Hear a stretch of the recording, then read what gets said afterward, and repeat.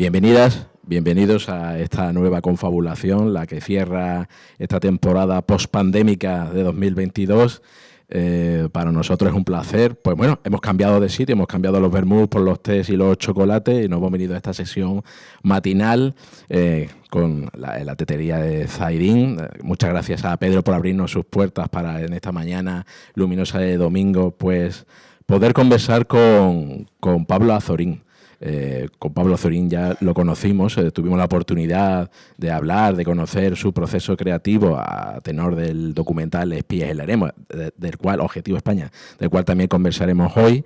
Y yo creo que fue uno de los acontecimientos culturales de la última década, porque en aquel momento pudimos contar tanto con Pablo, con Marta Hierro, guionista y directora de dos de los documentales de los que vamos a hablar hoy, con Paco Capilla, historiador local, con Pepo Pérez, autor de cómics y estudios teóricos sobre la relación entre el cómic y la memoria histórica, y Rogelio López Cuenca, pues Premio Nacional de las Artes Plásticas 2022. Aquel fue una actividad, pues un hito, y hoy, pues bueno, podríamos decir, esa segunda parte, ese continuará que dejamos con Espías en la Arena, y hoy tenemos con nosotros a Pablo Azorín. Muchas gracias, Pablo, por aceptar nuestra invitación y por estar aquí hoy con nosotros confabulando. Bueno, muchas gracias a ti, Ricardo, por pensar en mí, y muchas gracias a todos los que habéis venido aquí esta mañana soleada de diciembre. He de decir que, bueno, que el trabajo que yo hago es un trabajo coral. No está aquí Marta Hierro, que me encantaría que estuviese, pero es una madre soltera trabajadora y bueno, siempre tiene una agenda repleta. Luego hay mucha más gente que interviene en estos documentales.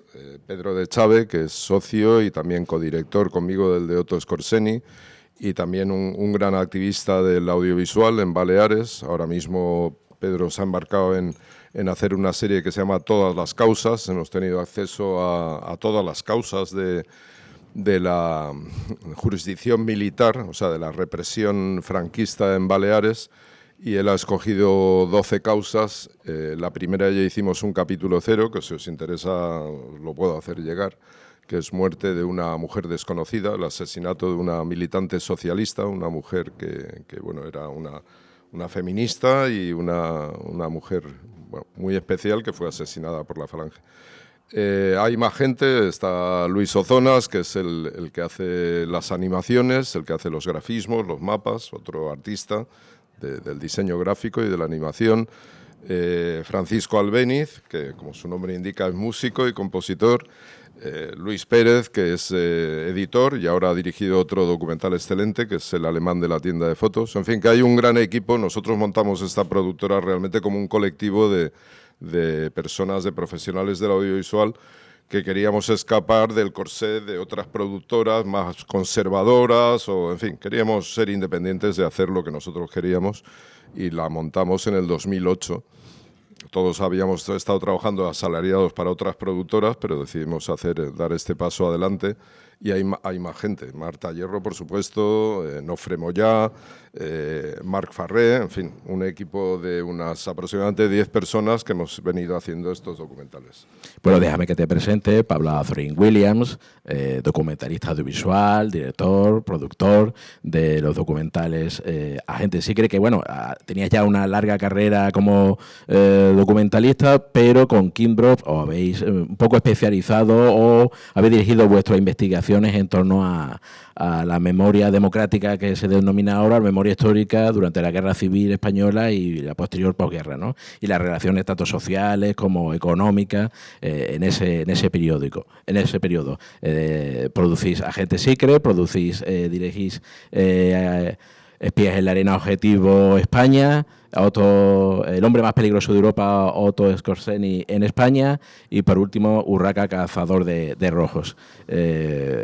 Una tetralogía que se va ampliando, como has comentado, con El alemán de la tienda de fotos, es decir, que tenéis una producción en torno a la memoria histórica bastante importante, ¿no? Bueno, he de añadir que desde el 2008 la productora ha hecho otros documentales que están accesibles en Internet. Uno de ellos es Estado de Exilio, una historia de un exiliado mallorquín en Uruguay, que participa, bueno, llega básicamente, su familia tiene que exiliarse de Mallorca porque vive el exilio interior, y en Uruguay se hace Tupamaro y compañero del famoso Pepe, de Pepe Mujica, y de hecho entrevistamos en ese documental a Pepe Mujica en su rancho en Montevideo, y es un documental que narra una historia muy particular, ¿no?, de cómo un emigrado español se implica en un movimiento de liberación hasta tal punto que participa luego en el secuestro de Dan Mitrione, que es un agente de la CIA, que han enviado los norteamericanos a dar clases de tortura enmarcado dentro de la Operación Cóndor, ¿no? Entonces, bueno, la historia está ahí, estado de exilio, lo ponéis en internet, estado de exilio, y ahí tenéis el documental. El ser de Baleares nos obliga a hacer los documentales en catalán, pero siempre los subtitulamos y hacemos su versión en castellano y a veces versiones en inglés. Otro documental que producimos y que dirigió Marta Hierro es Los monstruos de mi casa, un documental de carácter social que también no solo la historia nos interesa, sino también los documentales sociales. Los monstruos de mi casa es un documental que hoy en día Save the Children lo utiliza y también varias facultades de psicología, como una introducción al tema del maltrato y del abuso de la infancia en el entorno familiar.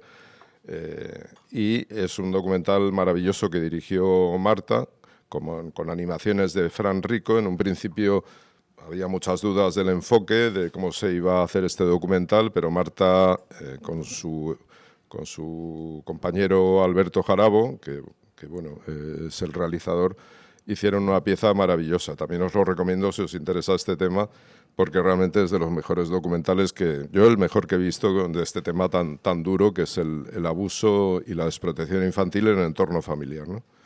Y hay otros trabajos. También Marta hizo otro documental que se llama Vacaciones en Chernóbil, sobre la infancia en Bielorrusia y Ucrania después del accidente. Y ya veis, hay otros temas que también aparte de la memoria histórica o de la historia, que también nos interesan. Por último, quiero mencionar otro documental que se llama Lámparas de Fuego, que fui yo el productor. El tema nos lo trajo una compañera, Silvia Ventañol, una compañera ajena a la productora, un personaje mallorquín, un especialista en la traducción del sánscrito al inglés. Curiosamente, el hijo de unos campesinos muy pobres de Mallorca, que se convierte en el mayor experto de sánscrito, no de España, sino del mundo. Y hoy en día las traducciones de los textos sagrados del hinduismo, la Bhagavad Gita en particular, la traducción que utiliza Penguin Classics y que leen la gente, es fruto del trabajo de Joan Mascaro y Fornés. Lámparas de Fuego también está en nuestra página web, se puede ver gratuitamente. Cuando estábamos preparando esta confabulación me comentaste, Ricardo, además de director y productor, sobre todo documentalista audiovisual. ¿Qué es ser documentalista audiovisual? Bueno, es una vocación que nace fruto de la curiosidad y de la pasión, por un lado, de encontrar historias que han de ser, digamos que, documentadas, ¿no? Un poco el proyecto profesional, el haber seguido a historiadores como Ángel Viñas, como Paul Preston, pues tienes el convencimiento que toda historia tiene que tener una fuente, que es las fuentes primarias, los archivos, ¿no? Y esos archivos han de ser a su vez contrastados con las fuentes orales, los familiares en el caso de los personajes que tengamos, ¿no? Entonces, bueno, desde pequeño a mí realmente me apasionaban los documentales de Félix Rodríguez y yo quería irme a Alaska a grabar, esa era de pequeño, ¿no?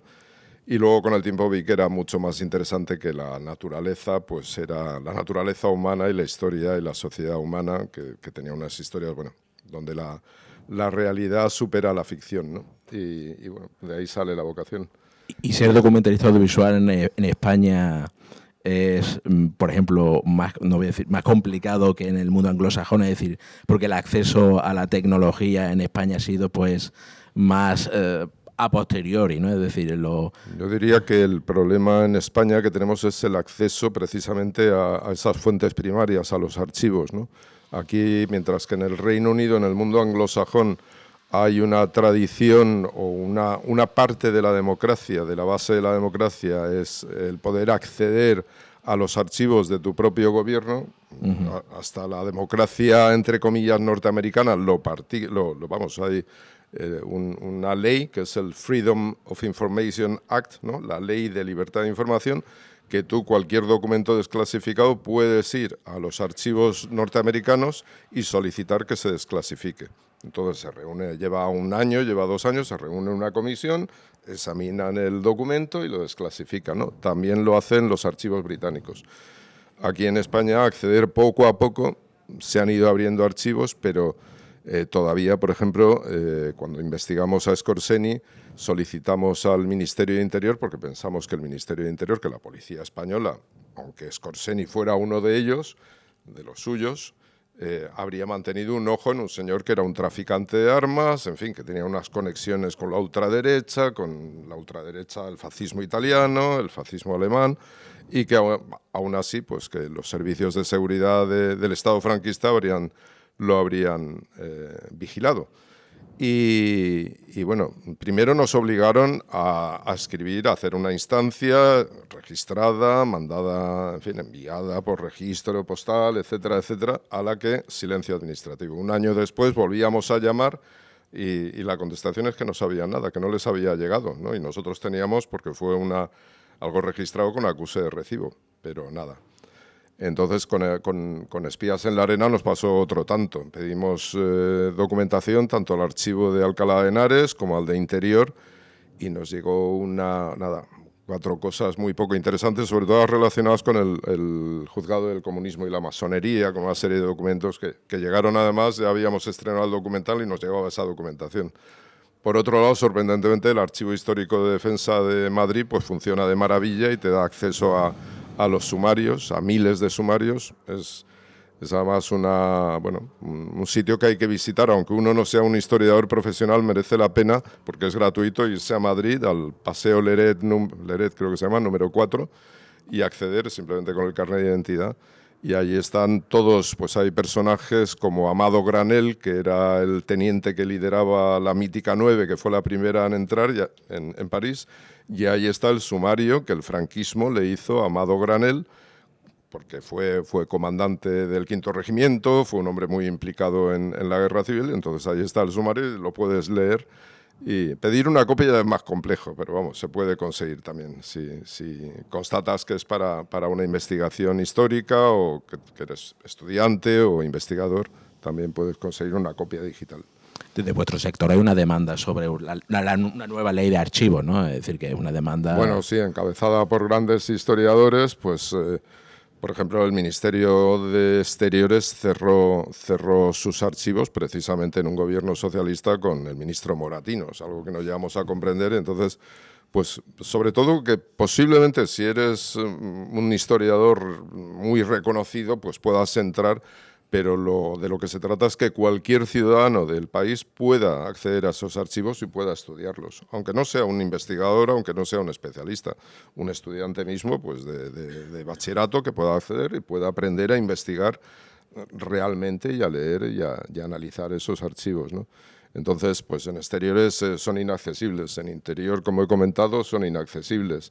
Luego ya archivos, los archivos militares pues están en Baleares, de hecho, se han abierto todos los archivos y es más, se ha permitido a la Asociación Memoria de Mallorca digitalizarlos todos y se ha dado el derecho de comunicación pública a Memoria de Mallorca a los militares. O sea que es algo que, bueno, vivimos en un país con este tipo de dicotomías, ¿no? Los militares abren todo y luego a otros que correspondería hacerlo también, pues no lo hacen.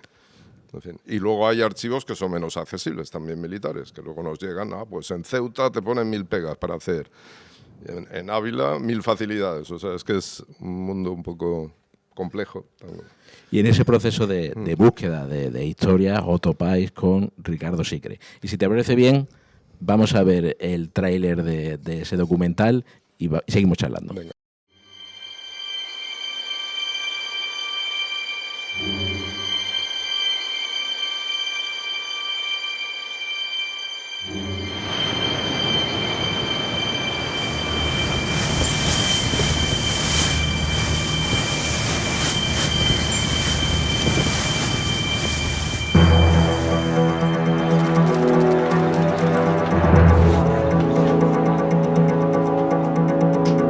Yo conocí a Ricardo Sicre porque había estado en OSS y éramos americanos trabajando en inteligencia secreta como espías.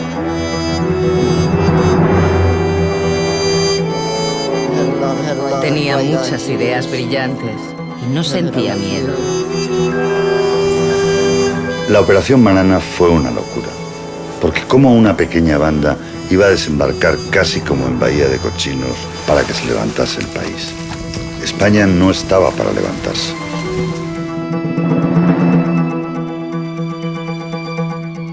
El hecho de que antiguos agentes de la OSS se convierta luego en prósperos hombres de negocios en Europa, la verdad a mí me parece cuando menos sospechoso, ¿no?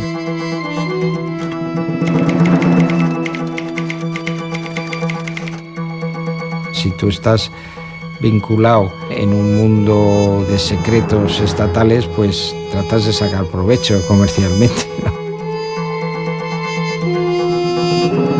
Íbamos a Montecarlo, Saint-Tropez, Portofino, Capi, lo pasamos muy bien. Yo le llamé, en plan de broma, tú eres el barquero del poder.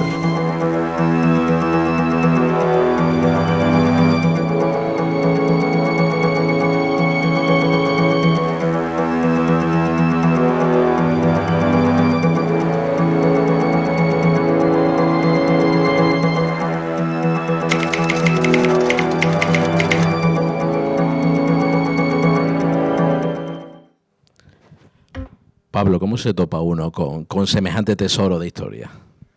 Bueno, esto es una historia larga y yo además me enrollo como una persiana, como veis.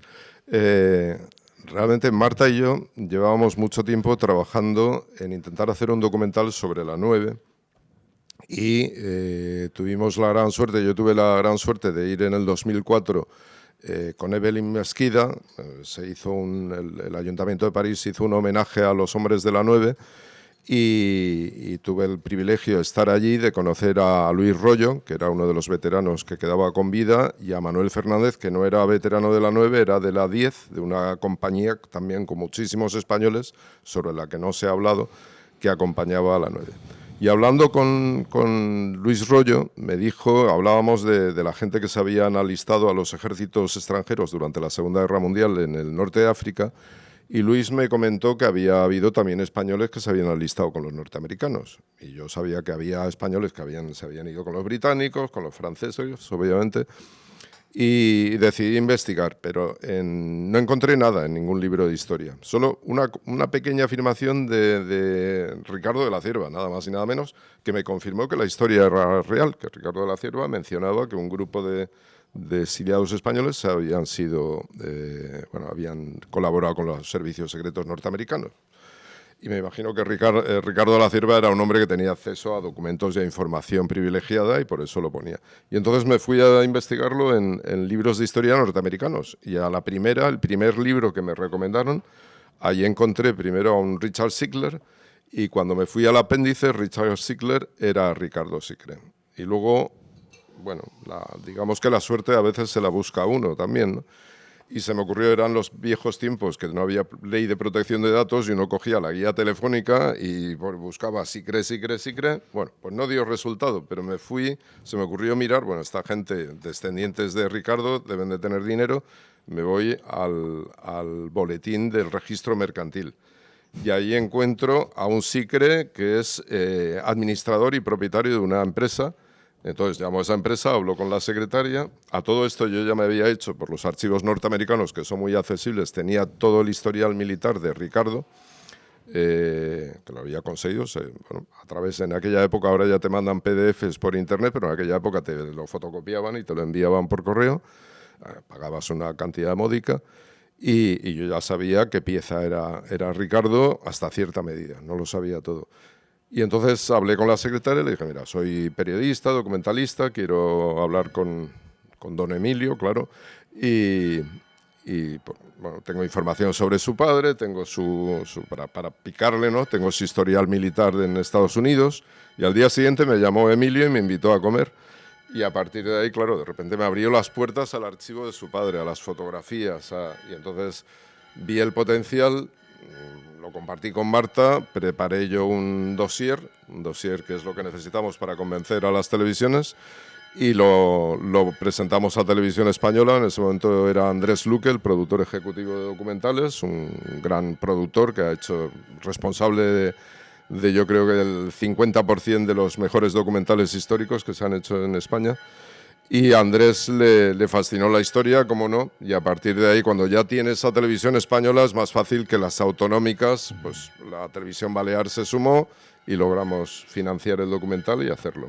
También leí que, no sé si esto fue a priori o a posteriori, habéis encontrado una leve mención también en el libro de José María Zuaga, sí, La guerrilla antifranquista en Nerja, ¿no? Bueno, esto viene posteriormente, esto viene cuando venimos a Málaga y entonces un compañero me menciona que él había leído en el libro de Nerja de la guerrilla, había leído esto, pero él no se acordaba ni siquiera del título del libro ni del autor. Nosotros ya habíamos empezado el documental y sí que habíamos contactado con Miguel Salado Cecilia, uno de los últimos guerrilleros de la Sarquía, y entrevistándolo allí, de repente veo el libro que lo tenía Miguel allí, y entonces Miguel fue el que nos dio el contacto con José María. Llegamos a José María a través de uno de nuestros protagonistas, ¿no? Porque Miguel nos habla de las armas americanas y entonces así es como... Y bueno, en cuanto llegamos a José María, pues se establece una amistad y una colaboración que sigue hoy en día, y tanto es así que él nos hizo llegar los sumarios de Málaga, y nosotros de Málaga y de Melilla, y nosotros le hicimos llegar el sumario grande de Madrid. O sea que digamos que hicimos un intercambio de sumarios con él, y para enriquecer, porque bueno, entonces ahí llega efectivamente. Bueno, he de reconocer también a David Bird de Frigiliana, el periodista escocés, que él escribió el libro Entre dos fuegos, ¿no? Entre fuegos, sí. Y también David, curiosamente, lo entrevistamos. El problema es que no utilizamos la entrevista de David porque José María, con su experiencia como docente, se explicaba mucho mejor y nos contaba. Al final siempre tienes que intentar buscar las mejores voces y las personas que se expliquen de la mejor manera, ¿no? Y nos supo mal no poner a David, pero desafortunadamente esto lo hacemos en el documental. A veces tenemos que descartar a ciertas personas, pero porque su facilidad de palabra pues no es tan buena como la de otros, ¿no?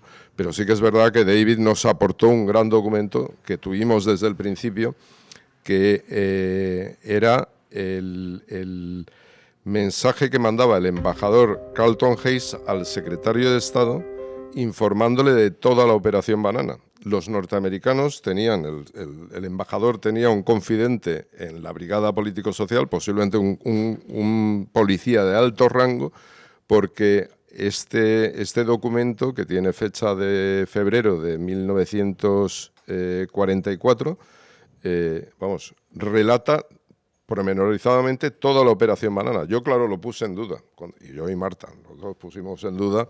El embajador, ¿qué va a saber? Aquí tenemos el sumario ahora.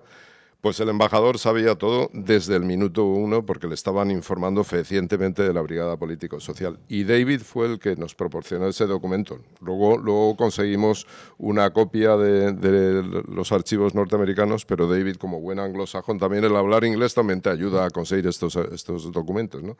Pero ese fue, realmente, David nos dio la historia completa, escrita por el embajador al secretario de Estado, y nosotros la pusimos en duda. Después de un año de investigación se confirmó que la historia era en un 95% real. Eso es una muestra de que como investigador tú no puedes desdeñar ninguna fuente. Es decir, que también el trabajo muchas veces en relación al acceso a los archivos, el trabajo de los historiadores locales, que en muchas ocasiones tienen un acceso, un conocimiento de esos pequeños detalles de los cuales podéis vosotros ir tirando del hilo, ¿no? Para la gran historia. Sin duda, sin duda. Los historiadores locales, sobre todo aquí en este país, hay dos tipos de historia. La historia seria, la historia documentada, de la que a lo mejor Ángel Viñas o Paul Preston o José María Zuaga son sus mejores exponentes, y luego la historia inventada de Pío Moa y de una serie de gente que no ha visitado un archivo en su vida y que se basa en textos de Ricardo de la Cierva o de otros autores y que así construyen su propia historia y además venden mucho. Yo creo que Pío Moa lo hace por la pasta, un tío que en fin, que un psicópata del grapo, pues ahora ha encontrado una mina de oro porque las derechas necesitan justificarse de alguna manera moralmente en que el golpe de Estado fue lo que se tenía que hacer y que era... En fin, ahí vivimos en esas dos historias, ¿no? Una historia profesional documentada y otra que se inventa las cosas. Para esos segundos, el problema que tienen es que los militares y los jueces franquistas, tan celosos en su trabajo burocrático, dejaron todos sus asesinatos, digamos, entre comillas, legalizados, perfectamente relatados en esos sumarios. Entonces, ahí está la historia relatada por los victimarios. Y vais tirando de ese hilo de la historia de Ricardo Siclé y lo tenéis que condensar en poco más de una hora. Y eso, ¿cómo hacéis ese trabajo de síntesis de un personaje que parte de ser un afiliado de Esquerra Republicana en su pueblo a codearse con Ava Gardner, con Hemingway, con la gran vida empresarial del Madrid de los años 50, 60, esa explosión de vida que hay en ese momento dentro del franquismo, como alguien que está en un momento comprometido pasa a formar parte de esa historia? Bueno, el problema que tenemos es que las televisiones nos obligan a un formato de entre 50 y 60 minutos, ¿no? Es una imposición que viene, además, que perdura y viene de los tiempos de la publicidad, donde la continuidad obligaba pues, a que esos fueran los tiempos, ¿no? En el tema de Ricardo Siclé era tanta la información que habíamos recopilado, y también el resto de documentales, que al final lleva a una no autocensura, a una autoamputación, porque cada vez que tenemos una historia que funciona y que es interesante, pero al final hay que reducir el tiempo y tienes a lo mejor, nosotros le llamamos, cuando tenemos el montaje preliminar, le llamamos un churro, y tienes un documental que dura 90 minutos. Y ahora tengo que meter las tijeras y empezar a quitar cosas muy interesantes. Eso nos ha pasado en los 4 documentales en los que yo he intervenido, directamente como director nos ha pasado, ¿no? Tener que empezar a quitar cosas. Y luego encima la ironía, en el de Otto Skorzeny, luego dicen, coño, desde Televisión Española, ¿podríais haber hecho una serie de 3 documentales? Digo, sí, si la pagáis hacemos las series, vamos, sobre nazis, aquí en España tenemos lo que queráis. Pero bueno, volviendo a Ricardo Siclé, fue una labor de investigación realmente encontrar a un personaje. Marta y yo creíamos que iba a tener más repercusión este documental, pero luego, bueno, no es hasta que un periodista del País nos conoce en San Sebastián, cuando buscamos financiación para el documental, para hacerlo, que luego sale ese gran artículo en El País semanal y ahí se da a conocer la historia más. Y es curioso porque los documentales han seguido teniendo audiencias muy elevadas, ¿no? Tú piensas que el documental se va a agotar, esto ya lo ha visto todo el mundo, pues no, de repente vuelve Televisión Española a remitir el documental y vuelve a haber una audiencia que supera la anterior. O sea que también el marketing es muy importante en el mundo del audiovisual y desgraciadamente nosotros no tenemos ni un céntimo para el marketing. Todo luego lo hacemos por amor al arte y para darle... De hecho, llegamos a poner nuestros documentales en Vimeo con acceso gratuito, porque esto no lo haces para ganar dinero, lo haces por vocación y también porque quieres que la gente conozca estas historias, ¿no? Nosotros hemos titulado este encuentro la delgada línea entre héroes y villanos.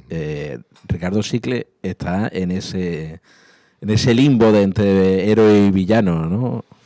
Bueno, yo creo que hay tantísimos héroes y villanos, ¿no? O gente que transita de la heroicidad o del idealismo, digamos, más que la heroicidad, y luego transita al lado oscuro, ¿no? A venderse por el dinero, por la comodidad, por su propio ego, por el renombre.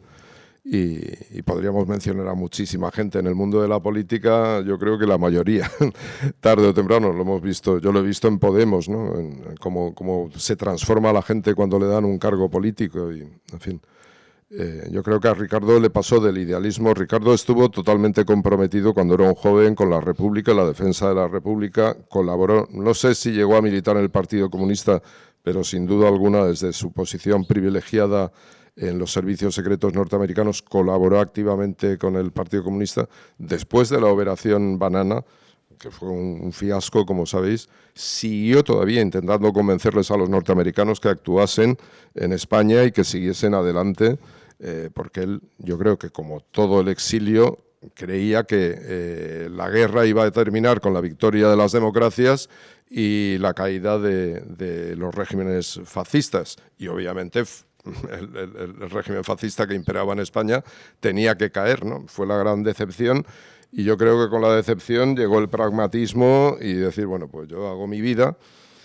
Y bueno, no sé hasta qué punto fue leal, porque mientras que él se pegaba la gran vida en el Madrid de los años 50, varios compañeros, de hecho 2 nerjeños, Alamino Torres y el otro ahora no me acuerdo. Joaquín Centurión. Joaquín Centurión murió en la guerrilla, pero Alamino Torres se pudría en la cárcel, ¿no? Y Jaime Pérez Tapias, 3 de la Operación Banana, había viudas. Él ya era, en el 55, ya había amasado su primer $1.000.000.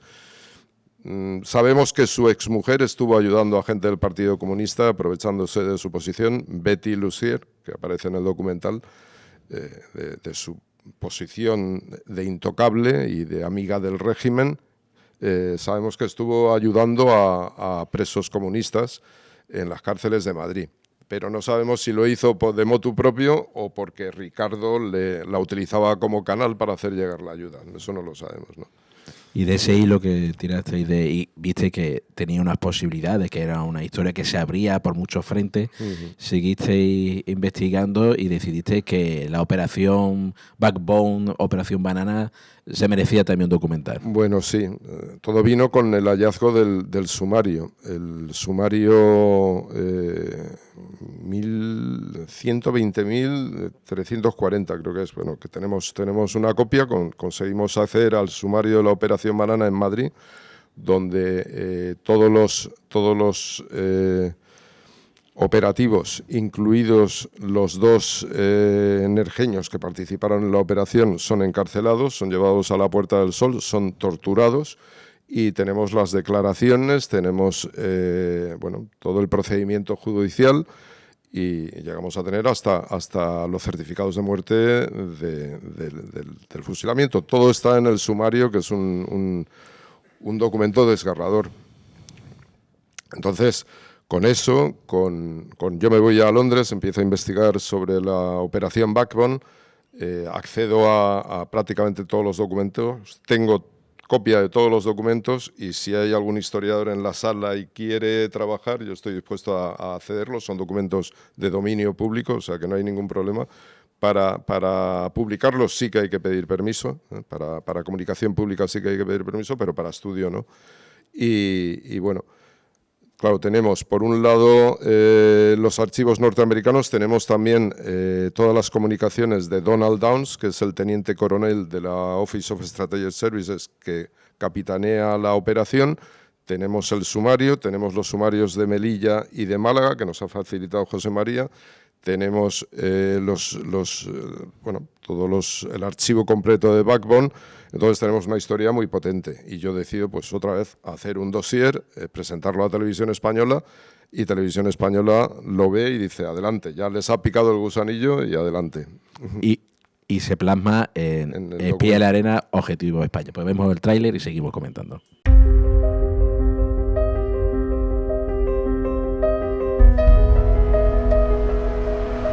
Querida madre y hermanos, voy a morir porque todo ha sido inútil. Voy resignado porque no he hecho mal a nadie. Estoy nervioso. Pues me cuesta trabajo escribir. No es pese haberme contado entre la familia. No he hecho nunca mal a nadie. He sido un hombre que luchó por España. Perdón por lo que habéis sufrido. Manolo, besos y valor. De repente descubres que tu tío Manolo, ese que escribía las cartas tan bonitas, además, pues había estado en una operación de la Segunda Guerra Mundial. O sea, era una operación que podía haber cambiado el rumbo de la historia.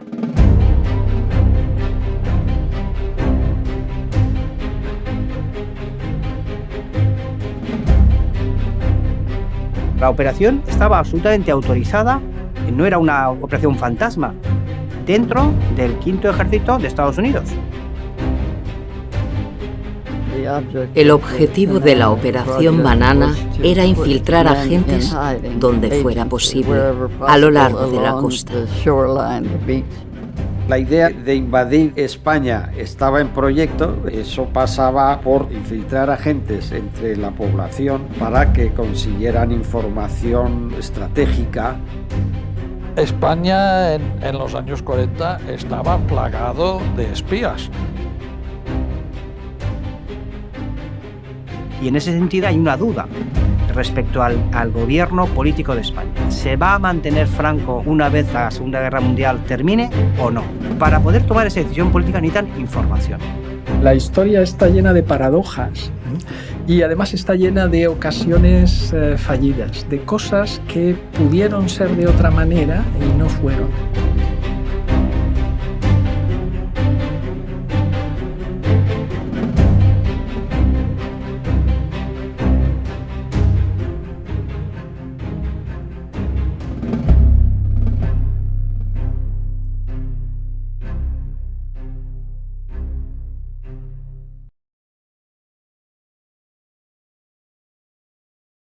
Cuando se dice que todo está contado y se encuentra una historia como la de la Operación Backbone. Bueno, la Operación Backbone estaba un poco más una operación como la Operación Banana o la operación que fue realmente lo que... Bueno, yo el día que abrí el sumario donde estaba el relato judicial y policíaco de la Brigada Político-Social, a mí me temblaban las manos. Fue muy emocionante, ¿no? Porque de repente teníamos allí el documento histórico, ya teníamos el norteamericano. Y luego cuando Marta investigó en el archivo del Partido Comunista también fue muy emocionante, ¿no? Cuando logramos dar con el infiltrado, Antonio Rodríguez López, el Chato, que hace que caiga el grupo. Entonces, la verdad es que fue muy emocionante. Sabíamos que no era una historia, no estamos hablando aquí de algo que podía, aunque se utiliza, podía haber cambiado, algunos de nuestros entrevistados podía haber cambiado el curso de la historia. Creo que más cosas, más factores tenían que haber intervenido para que se hubiese cambiado el curso de la historia y los aliados hubieran invadido España, ¿no?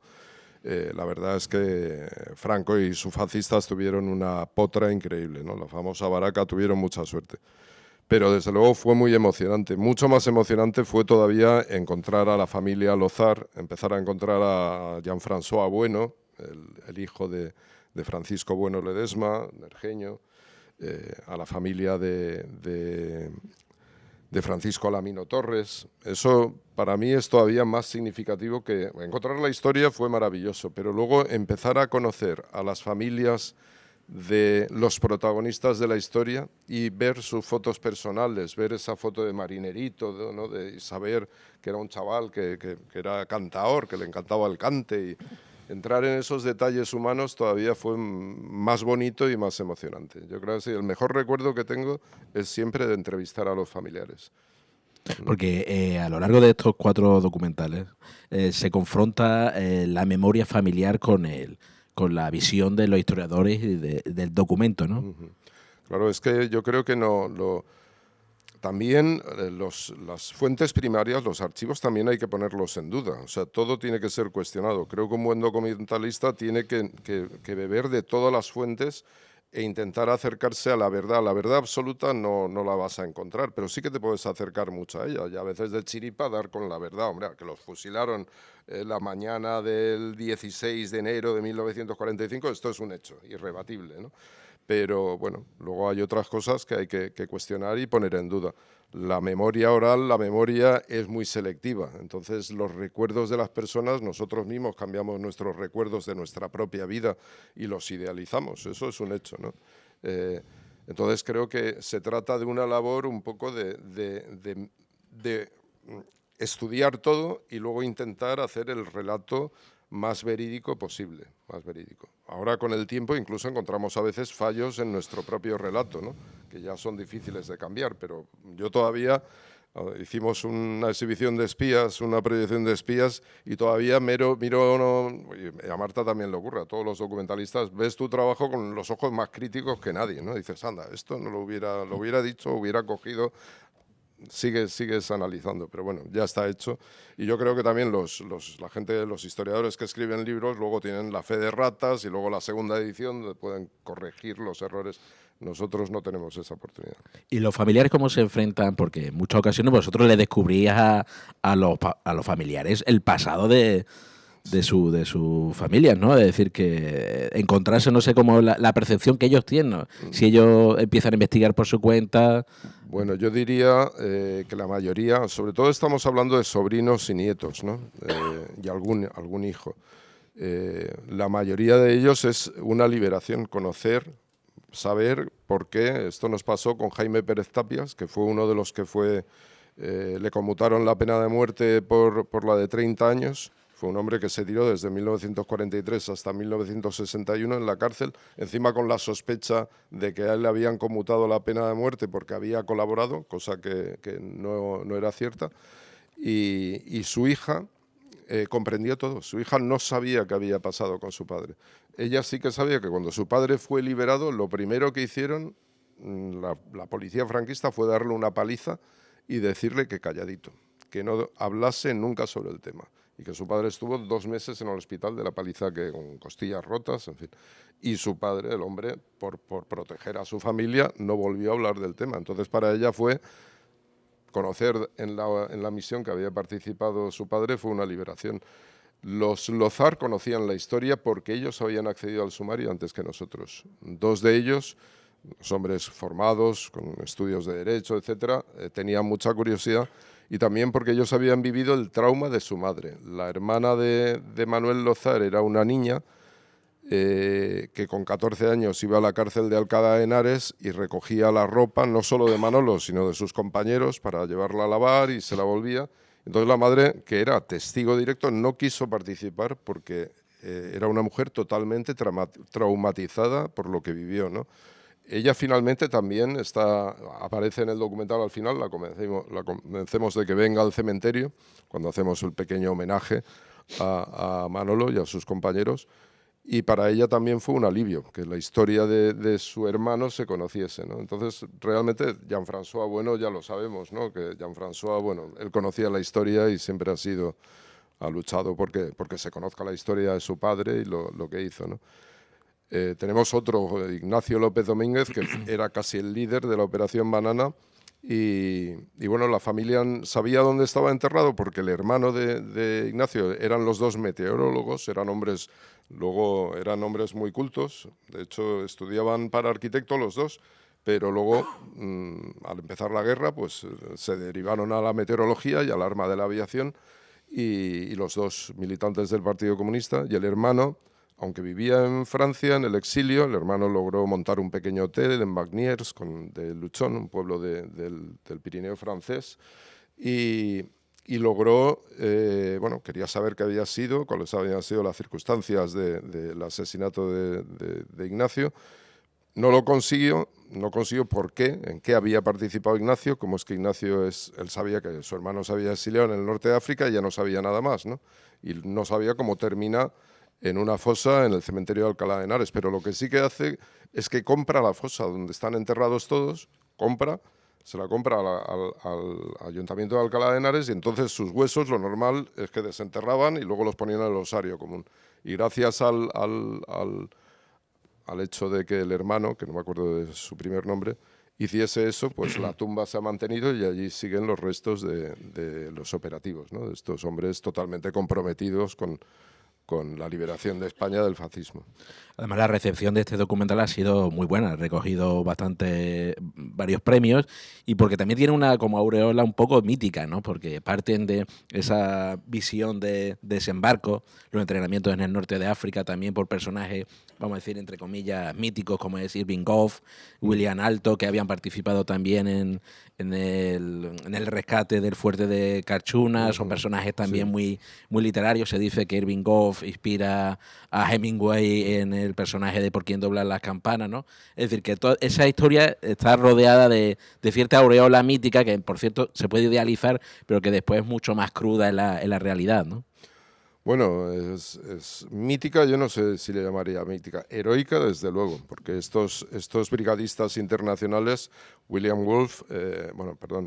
Alto, que es el famoso finlandés que luego es homosexual, en fin, que tiene un destino trágico, luego hay como cerca de 5 brigadistas internacionales que hablan español y que son reclutados en Washington y que entrenan, los llevan al norte de África a entrenar a los españoles.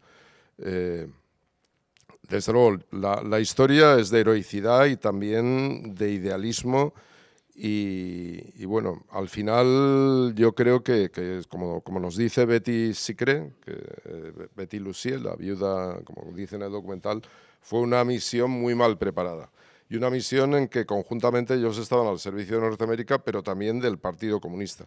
Al mismo tiempo, en el Partido Comunista había unas luchas intestinas, ellos estaban bajo las órdenes de Jesús Monzón, que al mismo tiempo desde Moscú, Santiago y Dolores, pues no estaban muy contentas con la acción esta de que el Partido Comunista colaborase con el ejército norteamericano y creo que fueron realmente víctimas de su propio idealismo y víctimas del pragmatismo, por un lado, de los norteamericanos, que los mandaron mal entrenados y mal preparados, y del propio Partido Comunista. Ellos esperaban encontrarse ya una red establecida y encontrar apoyo, y se encontraron un Partido Comunista desmantelado, agusanado con, además el término es correcto, con gusanos, con infiltrados de la brigada político-social, y se encontraron una situación que no era la correcta, ¿no? No era la que esperaban. Del personaje de Francisco Bueno, que por un azar se logra librar de la redada. Joaquín Centurión, que también, no sé si se libra, pero posteriormente vuelve. No, Joaquín también se va. Joaquín se va desde Maro, logran embarcar y se vuelven. Yo creo porque son hombres, a lo mejor, por venir del campesinado andaluz, son más despiertos, son más desconfiados. Sobre todo Francisco Bueno. Hay un documental que hizo un compañero documentalista que se llama Joan Sella, que no sé si habéis visto, se llama Cautivos en la Arena. Está en la página web a la carta de Televisión Española, yo os lo recomiendo. Y de hecho, Joan Sella, luego lo descubrí cuando estaba yo estudiando en el archivo de Televisión Española, buscando imágenes, encontré las entrevistas que Joan Sella hizo a Francisco Bueno. Y Joan ya sabía que Francisco había colaborado con los norteamericanos, pero Francisco no quería hablar para nada del tema de los norteamericanos, por pura cautela, para proteger a su familia, porque tenía miedo de que los norteamericanos todavía a estas alturas, estaba yo hablando de este documental, se hizo a finales de los 90, pues que todavía pudiera tener repercusiones, ¿no? Y le hablaba, yo te digo lo que quieras, o sea, lo tengo, ¿no? La cámara sigue grabando. Y a Francisco, yo del fuerte de Carchuna te cuento lo que quieras, pero de los americanos no quiero hablar. Sí, porque cuenta Joan, con una voz frustrada, porque él sabía que tenía un scoop si Francisco le contaba la historia. Que Francisco era muy dado a contar las historias y su vivencia y su experiencia. Pero él, donde tocaba a los norteamericanos, ahí no hablaba. Y también volvió Joaquín Centurión, posteriormente vuelve y muere en la sierra con Roberto. ¿No? Y cae en una emboscada de la Guardia Civil, creo que en el 47. Y luego hay otro personaje que desaparece, que es Luis Ruiz Aguayo, que también es otro de los prácticos. Este es un nombre sobre el que Jean-François sospecha que es un confidente, que finalmente se vende, pero él desaparece totalmente, salva la vida. Y Jean-François, investigando, parece que topó con unos familiares, pero no querían hablar en absoluto de cuál había sido el destino de Luis Ruiz Aguayo. Sí, porque Jean-François sigue investigando y posteriormente publica el libro Un espejo para Londres. Un saludo a Jean-François, que seguro que nos está viendo, que además es amigo. Y él, no sé, es decir, a partir de vuestro documental se ha publicado reportajes en prensa, pero no ha habido una intención de ficcionar o de ampliar o de... Bueno, no sé. No, a nosotros, desde luego, no nos ha llegado nadie que quiera. Ahora sí que hay un escritor catalán, Xavier Muñoz, que está haciendo una biografía sobre Ricardo Sicré. Muy bien documentada, además. Está trabajando muchísimo, está yendo más allá. Yo le he pasado toda la documentación que nosotros hemos obtenido y él está yendo más allá, obteniendo nueva documentación. Sobre todo de la etapa más oscura de Ricardo Sicré, que nosotros no abordamos, que es la de su colaboración con el franquismo y bueno, llegó a ser máximo accionista del Banco Atlántico, algunos os acordaréis, un banco que estaba hecho para el negocio con países extranjeros. Y bueno, esperemos que sea un libro interesante de leer. Porque vuestra investigación, ¿hasta dónde puede llegar? Es decir, vuestro trabajo... Bueno, nuestra investigación, la curiosidad nunca termina. De hecho, vamos, a mí me hablan de cualquier cosa relacionada con Sicreo, con la Operación Banana, inmediatamente entro al trapo y voy a... Pero realmente termina en el momento que tenemos el documental ya emitido y estamos ya en el siguiente trabajo, ¿no? Pero ahora, la curiosidad personal de uno... Y de cuando ponemos sobre todo, lo más emocionante, una vez hecho el documental, es cuando ponemos cara a aquellas personas de las que no teníamos cara. Cuando como nos pasó con Ignacio López Domínguez, cuando de repente su sobrina nos enseña las fotos y vemos la cara de la persona sobre la que hemos leído, sabemos lo que ha sufrido y eso te llega en pues, 1 año, 2 años, 3 años más tarde, ¿no? Y de la historia de Espías en la Arena, de la Operación Banana, os pasáis al lado oscuro, con Otto Skorzeny, otro personaje, digamos, fascinante. ¿Cómo os fijáis la mirada en este personaje, Otto Skorzeny? Bueno, la historia de Otto Skorzeny era un hombre... realmente todo viene porque Otto Skorzeny pasa sus veranos en Mallorca, Pedro de Chávez encuentra esta historia y bueno, hacíamos una serie para la televisión balear que se llama Una mirada atrás, era una historia de fotografías, entonces nos llega una fotografía de Otto Skorzeny en Mallorca y bueno, la dirige Peter, se hace una pequeña pieza de 20 minutos contando la relación, quién es Otto Skorzeny, su relación con Mallorca.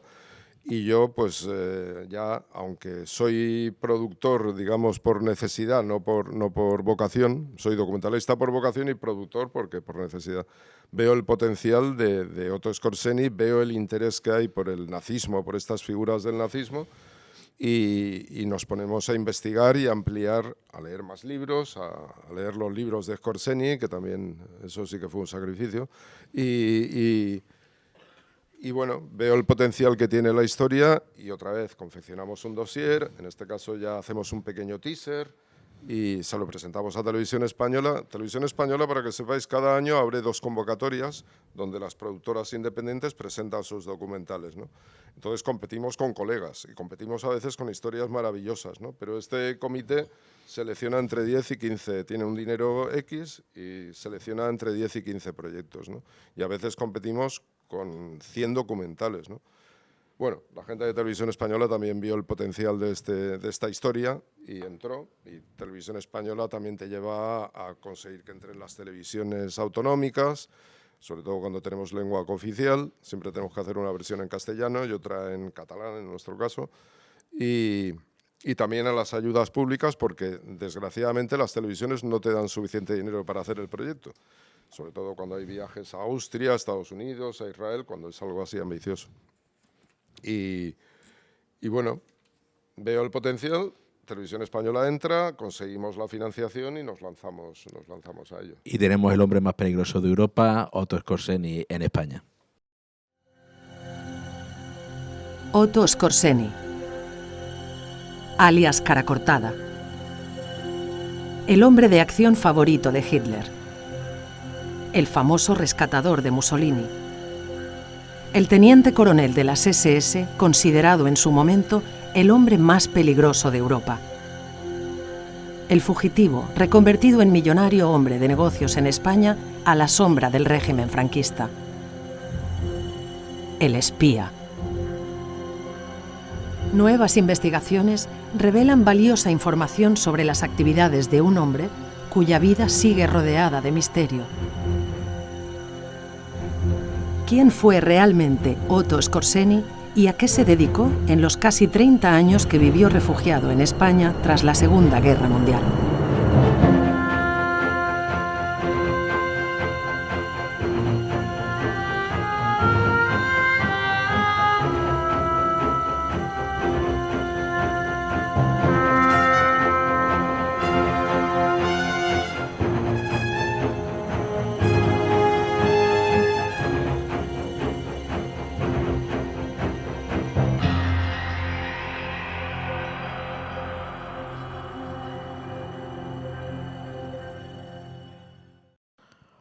otro personaje más grande que la propia vida, ¿no?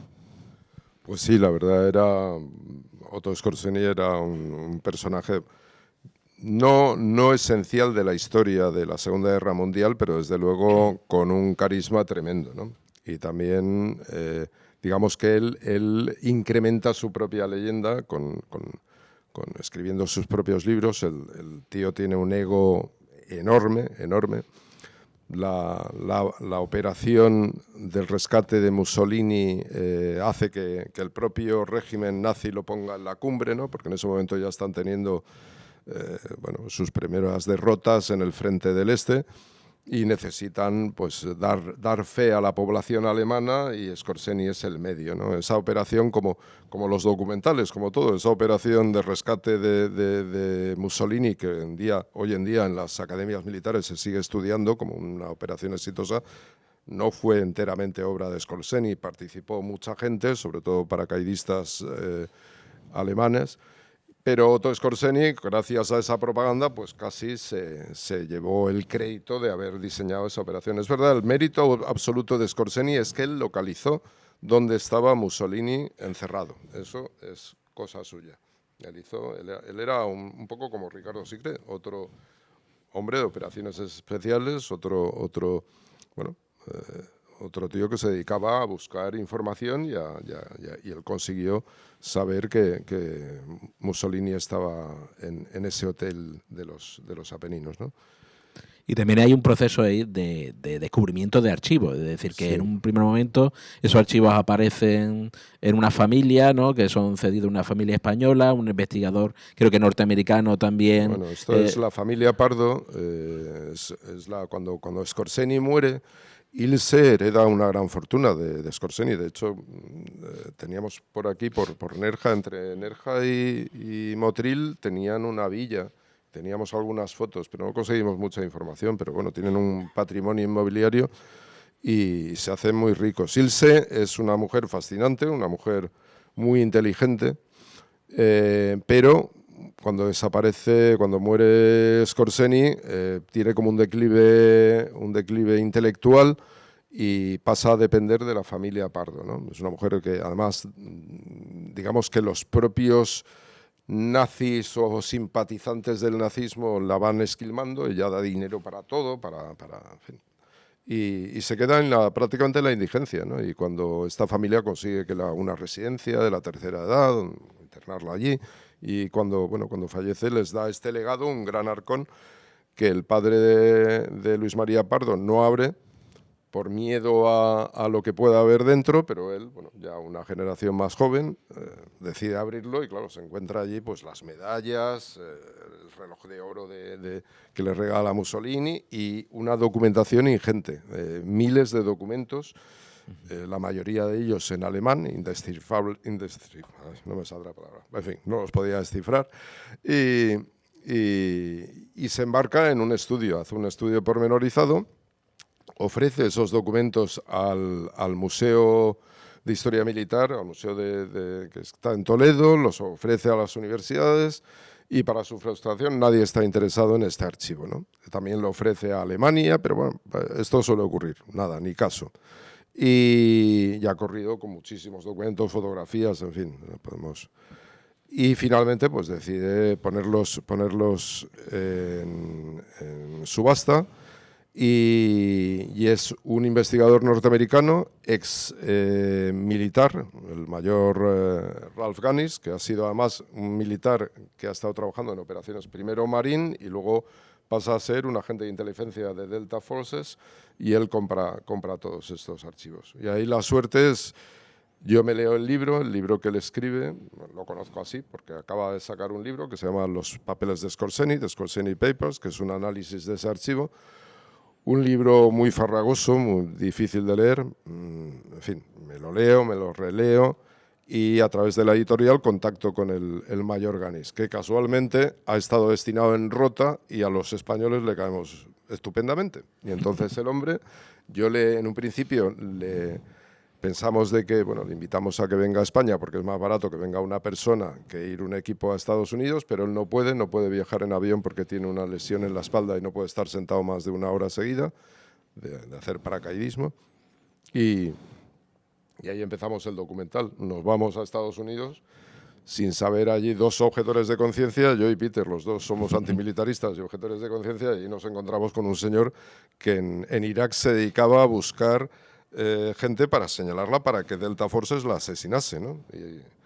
Pero lo que son las cosas, coincidimos en la pasión por la historia y en el sentido del humor. Y lo que era un viaje muy arriesgado, porque aquel señor podía haber dicho, mira, soy dos rojillos, dos comunistas españoles, que no lo somos, pero podía haber interpretado, pues fue todo lo contrario. Nos reímos, conectamos muy bien y nosotros siempre tenemos un dinero para pagar por fotografías y archivo, porque necesitamos los derechos, que el propietario nos firme los derechos. Y curiosamente le caímos tan bien que cuando llegó la hora de... Yo le di desde el principio el documento en inglés que necesitaba que me firmase, y había una cantidad, yo, para que os hagáis una idea, tenía como 3.000 euros para pagar por eso. Y en la cifra me lo había borrado, me había puesto 00, y me dijo, sois los primeros documentalistas o periodistas que os vais a llevar esto, los primeros y los últimos que os lleváis este archivo gratis, ¿no? En fin, cosas de la realidad, como siempre, supera la ficción. Y al hilo de la participación de este historiador norteamericano, también cómo trabajáis el contacto con historiadores, escritores, por ejemplo, en el caso de Otto Skorzeny tenéis la intervención de Almudena Grandes, porque creo que Otto Skorzeny es personaje de una de sus novelas. ¿Cómo lográis esas colaboraciones o ese trabajo de contacto? Eso porque somos muy pesados, particularmente yo. Y entonces con Almudena, yo me acababa de leer, estábamos trabajando en esto y me encanta Almudena Grandes, claro, y me leí Los pacientes del doctor García y de repente digo, bueno, tenemos que tener a Almudena por su fuerza, ¿no? Y bueno, Almudena costó, porque lo tuvimos que hacer a través de su editorial y de la persona que le lleva la agenda, y fue difícil porque el editorial prima la agenda del editorial y nosotros le importamos menos. De hecho, estábamos en Madrid y nos canceló la entrevista. Yo la segunda entrevista no pude estar presente porque tenía otro compromiso, lo que me jodió muchísimo porque era mi conocer a Almudena Grandes y entrevistarla me hacía muchísima ilusión. Y bueno, Almudena está estupenda. Desgraciadamente ella contrajo el cáncer, yo también contraje un cáncer al mismo tiempo, entonces yo viví muy de cerca lo que vivía Almudena, lo viví muy de cerca y fue muy duro, bueno, pues eso. Su desaparición fue dura para muchísima gente, sus lectores y para nosotros, porque nos dio toda la ayuda. Casi viene al estreno del documental en Madrid, que luego ella ya estaba enferma y realmente no pudo venir, y además se canceló por el COVID. Y luego también conseguir que participase la hija de Otto Skorzeny, eso fue lo que más nos costó, fue casi el último rodaje, de hecho, porque claro, no se fiaba de unos españoles. Curiosamente, el detonante de que la hija participase fue porque vio el documental de Agentes Secret, que está subtitulado en inglés, el de Espías en la Arena, y eso le llevó al convencimiento de que éramos unos profesionales. Y también intercedió una amiga mía historiadora norteamericana que aparece en el documental, y Alexandra Jones, y ella intercedió y dijo, no, son unos chicos estupendos, van a tratar.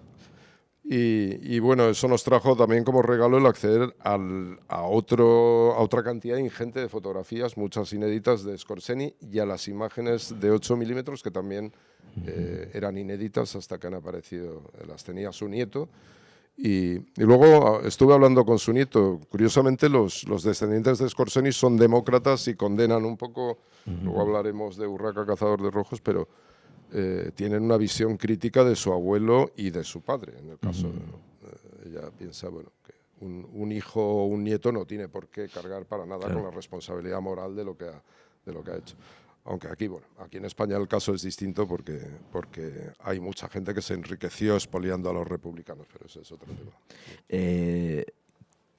El Madrid de esos años, y bueno, era como un universo aparte, ¿no? Porque yo no sé si Ricardo Sicre o Otto Skorzeny se llegaron a cruzar. Se conocieron, ¿no? Es decir, un crisol, un mare magnum allí de personas, de ideologías, de experiencias, ¿no? Es más, también otra tarjeta de presentación con Ralph Ganis fue el documental de Ricardo Sicre y el de Espías en la Arena. Entonces, nada más llegar, ya Ralph nos había sacado el documento en el que hablaba de que Otto Skorzeny visitaba la oficina de Ricardo Sicré en la carrera de San Jerónimo, tenían la oficina del Banco Exterior de España, y hacían un negocio de vender acero alemán a Renfe. Entonces no solo se conocieron, sino que hicieron negocios juntos. Pero es más, también hay otra anécdota curiosa que luego nos contó Esteve Rimbaud, el director de la Filmoteca de Cataluña, y es que Orson Welles estuvo también acosando a Otto Skorzeny para que le financiase una película. Orson Welles tenía siempre estaba buscando dinero para sus películas y no tuvo ningún prejuicio en buscar a hablar con el nazi, y encontramos una foto de Otto Skorzeny visitando el set de 300 y pico días en Pekín, no me acuerdo cuántos días, que se rodó en Madrid. Sí, también me parece que Ricardo Sicré incluso reconoce que uno de sus negocios más fracasos fue apoyar o producir una película de Samuel Broston, ¿no? Exactamente, sí, le prestó $1 millón a Samuel Broston y luego tuvo que litigar y creo que consiguió recuperar $750.000. ¿Para una película en concreto? No sé, no sabía cuál, porque estaban los documentos, pero no aparecía. Esto me lo enseñó Emilio, pero claro, son de las cosas que tenemos que dejar fuera porque no hay. ¿Y qué tenía ese Madrid de los años 50? No sé si vosotros habéis estado investigando más para que personajes como Ricardo Sicré y Otto Skorzeny tan contrapuestos se buscaran la vida de esa manera. Bueno, yo creo que era el gran negocio. Estaba la autarquía, ¿no? Este cerrazón, ¿no? de España. Por un lado, también España estaba siendo sometida a un embargo, por así decirlo, desde las Naciones Unidas, y aquí había un gran negocio para muchos aventureros, ¿no? Para gente que estaba dispuesta, que no tenía demasiados prejuicios respecto al régimen, y acudían aquí. En fin, cuando venías con dólares era fácil ganarse la vida. Y el régimen franco estaba desesperado por tener reconocimiento internacional. De hecho, siempre se habla de Gibraltar, ¿no? Es curioso cómo utilizan Gibraltar, pero el pacto hispano-norteamericano de 1953, donde se le dan las bases a Norteamérica, la extensión de kilómetros que realmente están en manos de los norteamericanos todavía hoy en día, y tenemos Rota, ¿no? Pues es ingente, ¿no? Entonces era el momento de los negocios, y de hecho Skorzeny hace negocio vendiendo material de construcción alemán, acero en particular, a los norteamericanos para construir Rota, para construir las pistas y los búnkers, porque debajo de Rota hay un entramado de búnkers tremendos. Y termina como confidente del Mossad. Sí, eso yo creo que fue más para salvar el pellejo. Allí fue pragmatismo absoluto, ¿no? Tenía muy reciente el proceso ahora no me saldrá el nombre, Adolf Eichmann. Y entonces lo hizo para salvar el pellejo, porque el Mossad, de hecho, cuando hay varias versiones de su encuentro con el Mossad, con la gente del Mossad, una lo sitúa en el bar en Chicote, en la Gran Vía, y una pareja que posa, en fin, como recién casados, y él inmediatamente los cala y les dice: vosotros sois del Mossad. Hablaban alemán perfectamente, y dice: habéis venido a matarme. Y uno le dice: no, si te quisiéramos muerto ya estarías muerto. Venimos. Y entonces, curiosamente, uno de ellos era Rafi Etán, que ya había estado en el operativo para secuestrar a Eichmann en Argentina, y Rafi Etán intentamos entrevistarle, y un colega alemán nos dijo: mira, Rafi Etán lo he entrevistado yo y tenéis que ir a este café y ve dispuesto a estarte allí 3 o 4 días yendo al café, porque él aparecerá tarde o temprano y te dará la entrevista, porque a nosotros nos la dio, ¿no? Desgraciadamente, Rafi Etán murió una semana antes de que empezásemos, con 90 y pico años, creo que tenía 95, murió totalmente lúcido hasta el último minuto, y murió una semana antes de que empezásemos el rodaje. Todavía tenía que haber vivido el hombre un par de meses más, por lo menos.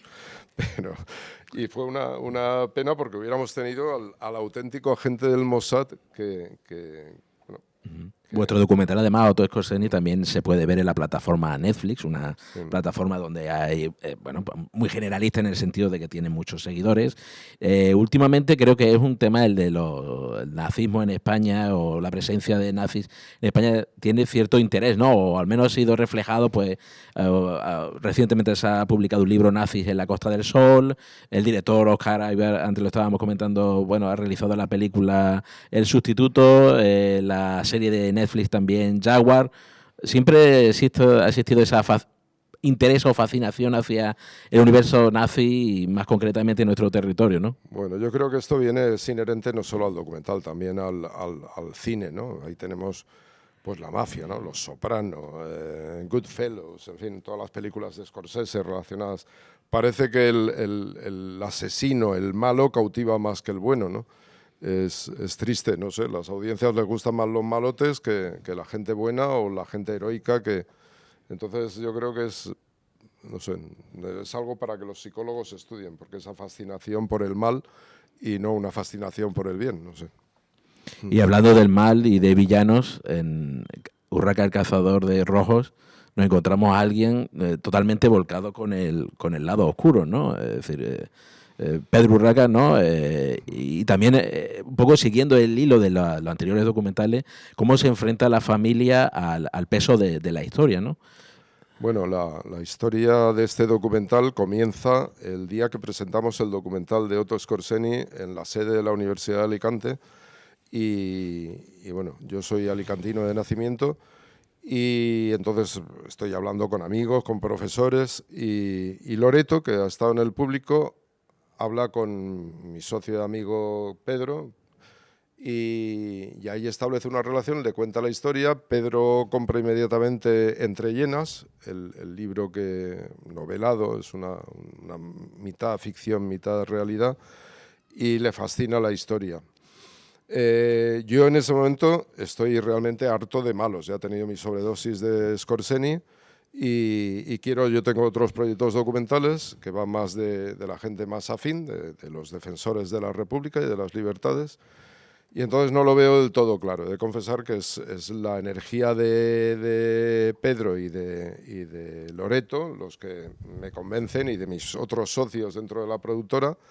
Y entonces, bueno, se elabora, como siempre, el dossier y realmente la historia es distinta, este documental es distinto al de Skorzeny porque realmente por primera vez en este país es la descendiente de un victimario la que realmente nos hace de hilo conductor para contar la historia de Pedro Urraca, ¿no?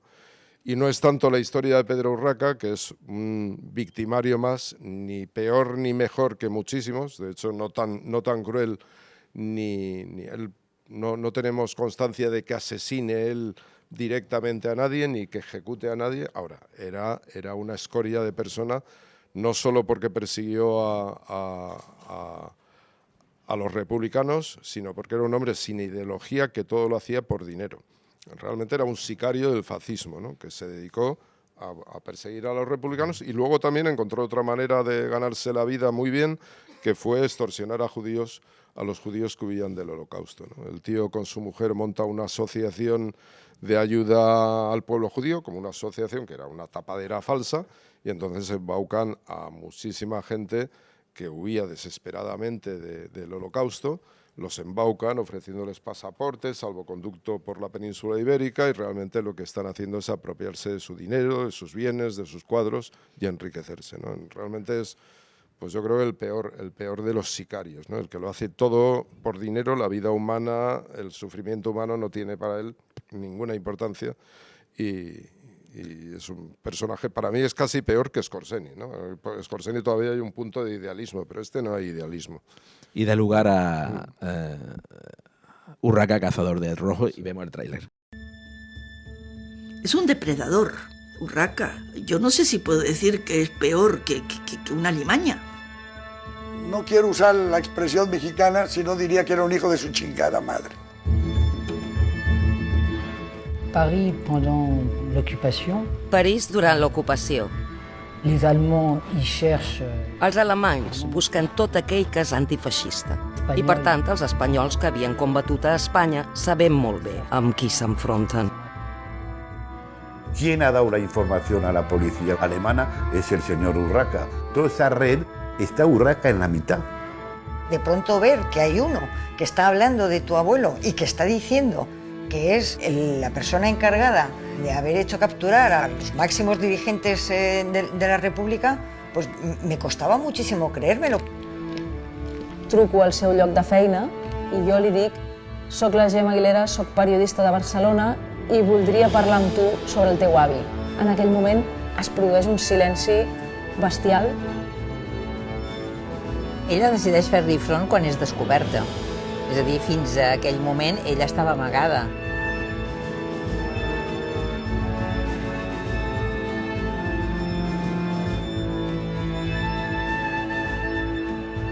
Tantos años en que esta historia se había ocultado porque al franquismo no le interesaba que se supiera. Muy poca gente ha hablado de esta historia. Señor Urraca, el espía de los espías.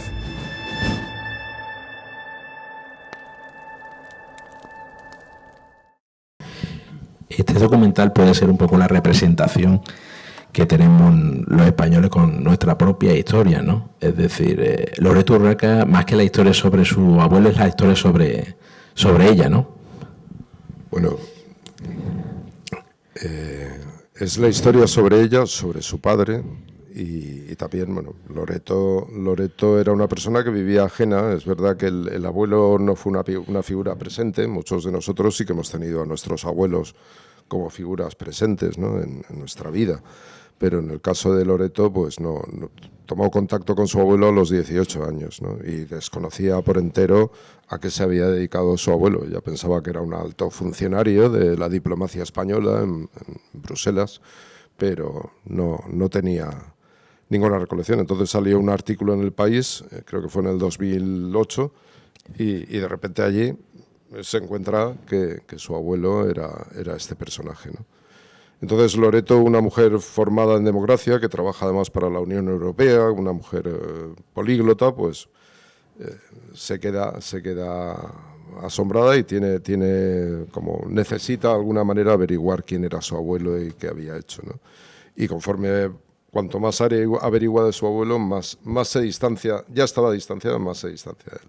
Yo he de recalcar que este es un proyecto realmente que yo produje, pero que es de Pedro de Chávez y de Felip Solé, que es un director catalán, porque también fuimos muy ambiciosos. Yo siempre quiero que nuestros documentales no solo se vean en España, un poco gracias al éxito del documental de Otto Skorzeny, quiero que también se vean en el resto del mundo, ¿no? Que también la gente, porque me encuentro muchísima ignorancia, tengo muchos amigos británicos o norteamericanos y tienen una ignorancia, nosotros tenemos ignorancia sobre nuestro pasado, por ese momento tan oscuro, y hablo por el pasado en general, porque si hablamos de la guerra de independencia también tenemos una oscuridad absoluta, de las guerras carlistas, tenemos mucho desconocimiento de nuestra propia historia, que es una historia fascinante, ¿no? Y que aquí estamos.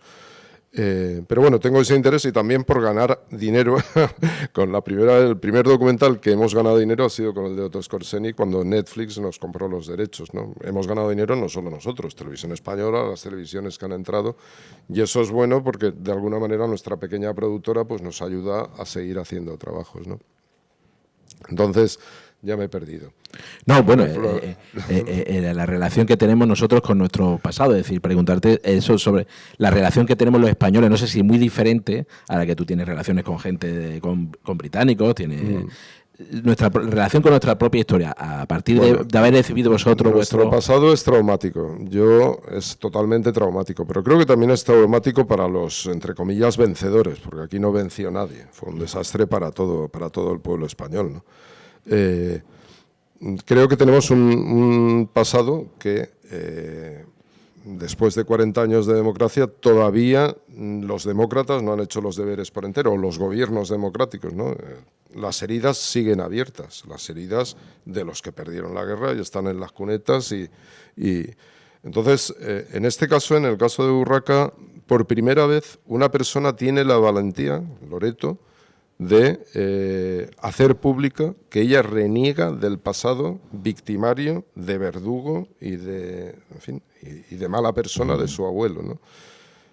Esto ha creado, hay un colectivo en Chile y en Argentina, Uruguay, Historias Desobedientes, en la que ella se ha unido, es la primera persona española que se une, y hay ese colectivo donde en Chile, en Argentina, en Uruguay sí que se está haciendo un trabajo inmenso, ¿no? Aquí los vaivenes políticos y además a veces la falta de valor de los gobiernos más de izquierda, pues nos han llevado durante estos 40 años de democracia a que aquí estemos, en que todavía las asociaciones de memoria histórica han llevado el peso principal, ¿no?, de las exhumaciones, de la investigación, y nuestros hijos todavía no reciben la educación, todavía no se toca la historia de la guerra civil y de los años oscurísimos del franquismo, ¿no?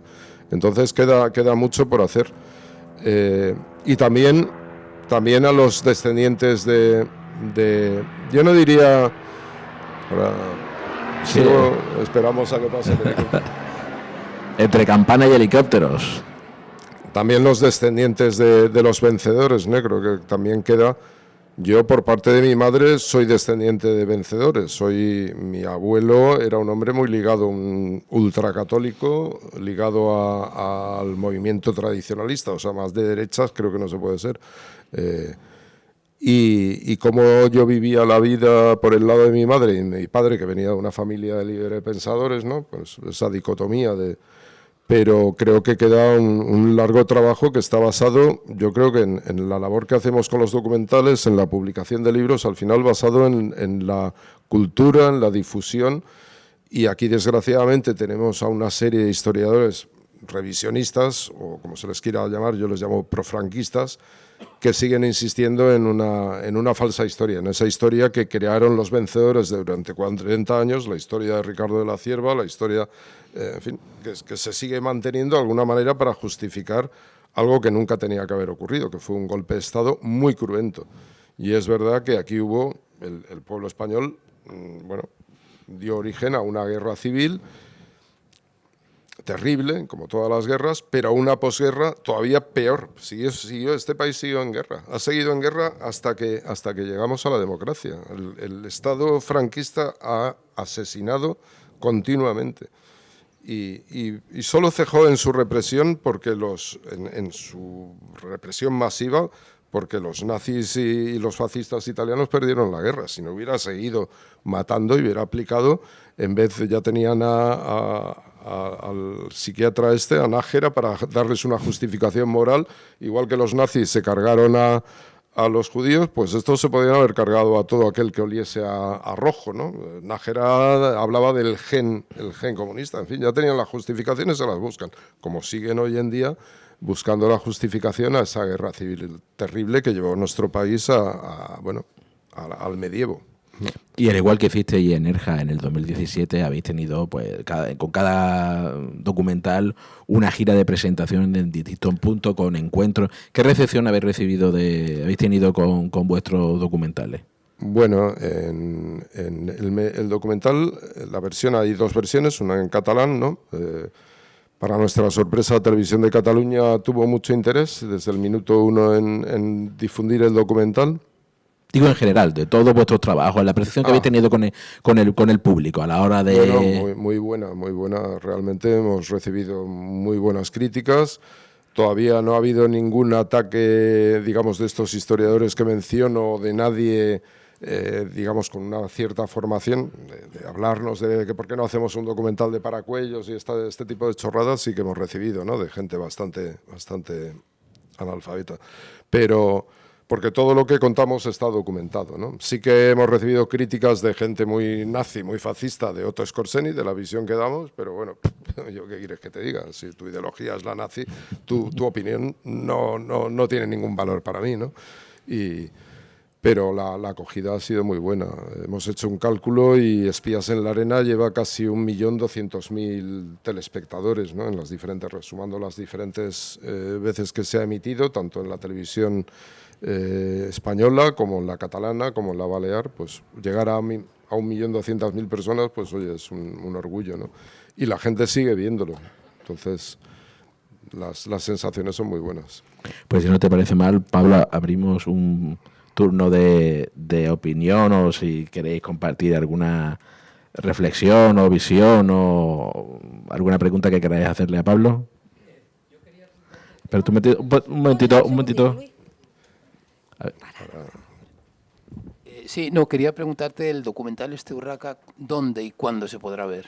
Bueno, lo podéis ver en la versión en catalán, se puede ver a la carta en Televisión de Cataluña y a la carta en la televisión IB3, la televisión de las Islas Baleares. Lo que pasa la locución está en catalán, es un catalán muy culto, muy claro, fácilmente entendible. Con Televisión Española todavía no tenemos fecha de emisión. Hemos intentado presentarlo en la Cineteca de Madrid, porque claro, ahora de lo que se trata es también las presentaciones tienen un afán, básicamente lo que buscamos es que los periodistas hagan artículos y que la gente tenga la curiosidad para ver este documental cuando se programa. Ese es el fin, ¿no? Para ayudar a cuando llegue la hora de emisión, pues que haya ya una difusión en prensa.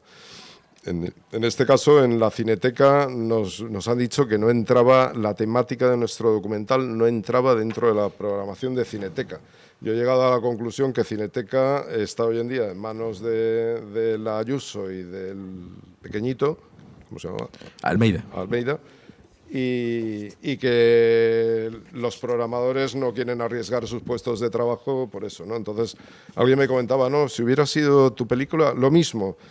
Un victimario iraní que se dedica a matar mujeres iraní, te lo hubieran programado ya.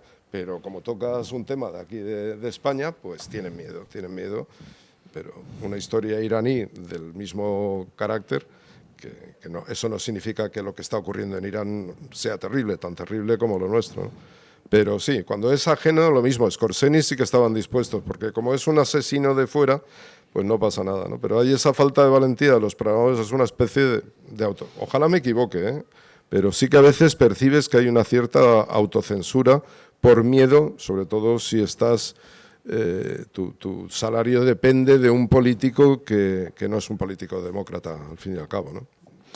Pero en los últimos años, ¿cuántas producciones se han realizado por televisión española o en series? Es decir, parece un poco como, igual me equivoco, ¿no? Si acaso algo de Madrid en su momento sobre la posguerra, y una película de nazis zombie que era Más Nacidos y Sordo, pero en los últimos años está Jaguar Jaguar, sí, pero Jaguar podría haber sido Nazis en Madrid como o en cualquier otro sitio, es decir, está muy descontextualizado, es decir, en los últimos años, aquel mantra de todas las películas que se hacen en España son de la guerra civil o de la posguerra, me parece a mí que casi ha desaparecido. Rodrigo Sorogoyen tenía un proyecto para una plataforma y me parece que se lo echaron atrás. Es decir, parece un poco como que ha desaparecido y sin embargo, por ejemplo, las novelas de Almudena Grandes son bestsellers, ¿no? Bueno, yo creo que como todo, cuando dependes de ayudas públicas, del ICA, cuando los programadores, las propias televisiones tienen miedo es una autocensura realmente, pero una autocensura no de los creadores o de los guionistas o de los productores, sino de la gente que está en la política, que no tienen miedo, las televisiones tienen miedo a meterse en estos proyectos, precisamente por este mantra. Para mí no se han hecho suficientes películas de la guerra civil, en absoluto. Además, ¿qué pasa? Porque mientras que la película sea buena, ¿qué más da que esté situada en la guerra civil, en la posguerra o en tiempos de Isabel la Católica? Lo importante es que sea una buena película. Pero hay ese miedo que viene obviamente porque hay una España que todavía tiene una visión muy particular de los hechos y considera que el dinero público no se ha de gastar porque el cine, desafortunadamente el cine necesita del dinero público para realizarse, y cuando mucha gente me dice, y abro paréntesis, me dice, pero el cine norteamericano no utiliza dinero público. Es mentira. El capital riesgo norteamericano invierte en cine y a la hora de invertir en cine consigue lo que se llaman tax returns muy elevados, que le permite a los inversores invertir a riesgo en películas que a veces pegan el pelotazo y otras veces no, pero recuperan el dinero invertido. invariablemente recuperan el dinero invertido. Entonces, digamos que es otra manera de subvencionar el cine. No son ayudas como las que da el Instituto de la Cinematografía, son ayudas que parten más desde bueno, ayudas. Ahora ese modelo se está replicando en España con el cine que viene a rodar del extranjero aquí, ese tipo de ayudas fiscales. Entonces, aquí hay miedo simplemente a meterte en un berenjenal, porque es muy difícil. Esto lo decía Orson Welles, que dedicaba el 95% de su tiempo a buscar financiación para sus películas y solo el 5% a hacerlo, ¿no? Bueno, yo no soy Orson Welles, yo soy un productor pringadillo que hace lo que puede, pero es verdad, dedicas muchísimo más tiempo a buscar la financiación que luego a hacer el documental. Es duro. Y eso que nosotros hemos tenido suerte o hemos buscado temas que han interesado a las televisiones. También hemos intentado hacer con las televisiones temas de actualidad o temas de carácter social y cuesta mucho. La televisión quiere tener, las televisiones públicas hablo, no quieren arriesgarse a la mirada independiente. Quieren tener un control editorial, ¿no? Marta y yo, por una idea de Marta, propusimos a Televisión Española hacer un documental sobre paliativos, un tema que todos, desgraciadamente, tarde o temprano, vamos a tener contacto con él, por familiares o por nosotros mismos, y Televisión Española nos dijo que no, que estos temas preferían hacerlos ellos, ¿no? Y nosotros, sin embargo, teníamos acceso al mejor experto de paliativos de Europa, que nos abría las puertas, además le queríamos dar un carácter internacional, en fin, ir a rodar al Reino Unido, a Francia, y siguiendo el hilo conductor de este hombre, que es un experto en... Pues la televisión no quiso apostar por este tema, que a mí me parece que es, bueno, necesario saber sobre el mundo de los paliativos y la labor que están haciendo los profesionales a este respecto, ¿no? De aliviar y de dar de ayudar en la muerte digna. Entonces nos dijeron, lo haremos nosotros. Pues todavía estoy esperando. Sí que han hecho reportajes y tal, pero un documental en profundidad que nos ilustre a todos sobre este mundo tan duro, pues no se atreve nadie a hacerlo, ¿no? Y por además de ese proyecto que está en stand-by, ¿en qué estás trabajando? ¿En qué estás dedicando tu 90%? Bueno, ahora realmente a recuperarme de este cáncer, que he tenido la suerte de sobrevivir, entonces me estoy tomando las cosas con más calma. Ahora mis compañeros han empezado con una serie que se llama Todas las causas. Pedro de Chávez ha conseguido acceder a todos los sumarios militares, porque en Mallorca hubo una represión, hablo de Mallorca, porque en Menorca hubo otra represión que fue en particular de un personaje del brigada Pedro Marqués, que asesinaron a cerca de 100 militares golpistas, pero en Mallorca, donde el golpe venció en el minuto 1, la represión fue atroz. O sea, en el proceso, en los años de la República, 0 víctimas de derechas, 0 de izquierdas, fue empieza la guerra civil, Godet da el golpe en Palma y asesinan a más de 2.500 personas. Muchas son asesinatos y desapariciones llevadas a cabo por falangistas, pero hay otras que fueron judicializadas. Y entonces hemos tenido acceso a los sumarios y se han elegido un número de causas. Todavía no sabemos si se va a hacer una causa por documental o si se van a hacer 3, depende del ritmo narrativo, pero ahora ya se ha hecho un capítulo 0, que es muerte de una mujer desconocida, y bueno, narra de una persona anónima que nadie sabía nada, una mujer que fue asesinada por sus ideas, una mujer socialista, feminista, una mujer que iba a la casa del pueblo y daba sus mítines y arengaba a las mujeres de que era hora de que tenían que ellas sumarse a la causa de la lucha obrera, etcétera. Pues un grupo de falangistas la asesinaron, la violaron y la hicieron desaparecer. Y bueno, otros documentales, estos ya más personales, pues hay un gran campo de concentración en las islas del Canal. Son unas islas que están situadas al lado de Bretaña, Guernsey, Aldersley y Shark, son 4 islas, y allí hubo un campo de concentración en el que fueron a parar como mínimo 1.000 presos republicanos, que fueron utilizados como mano de obra en la construcción del muro atlántico por los nazis, ¿no? Y es una historia no contada. Todos los que nos interesa la historia ya sabemos de Mauthausen, pero de este otro campo de concentración no sabemos mucho. Y allí he estado investigando y he encontrado pues, a 5 españoles que sobrevivieron.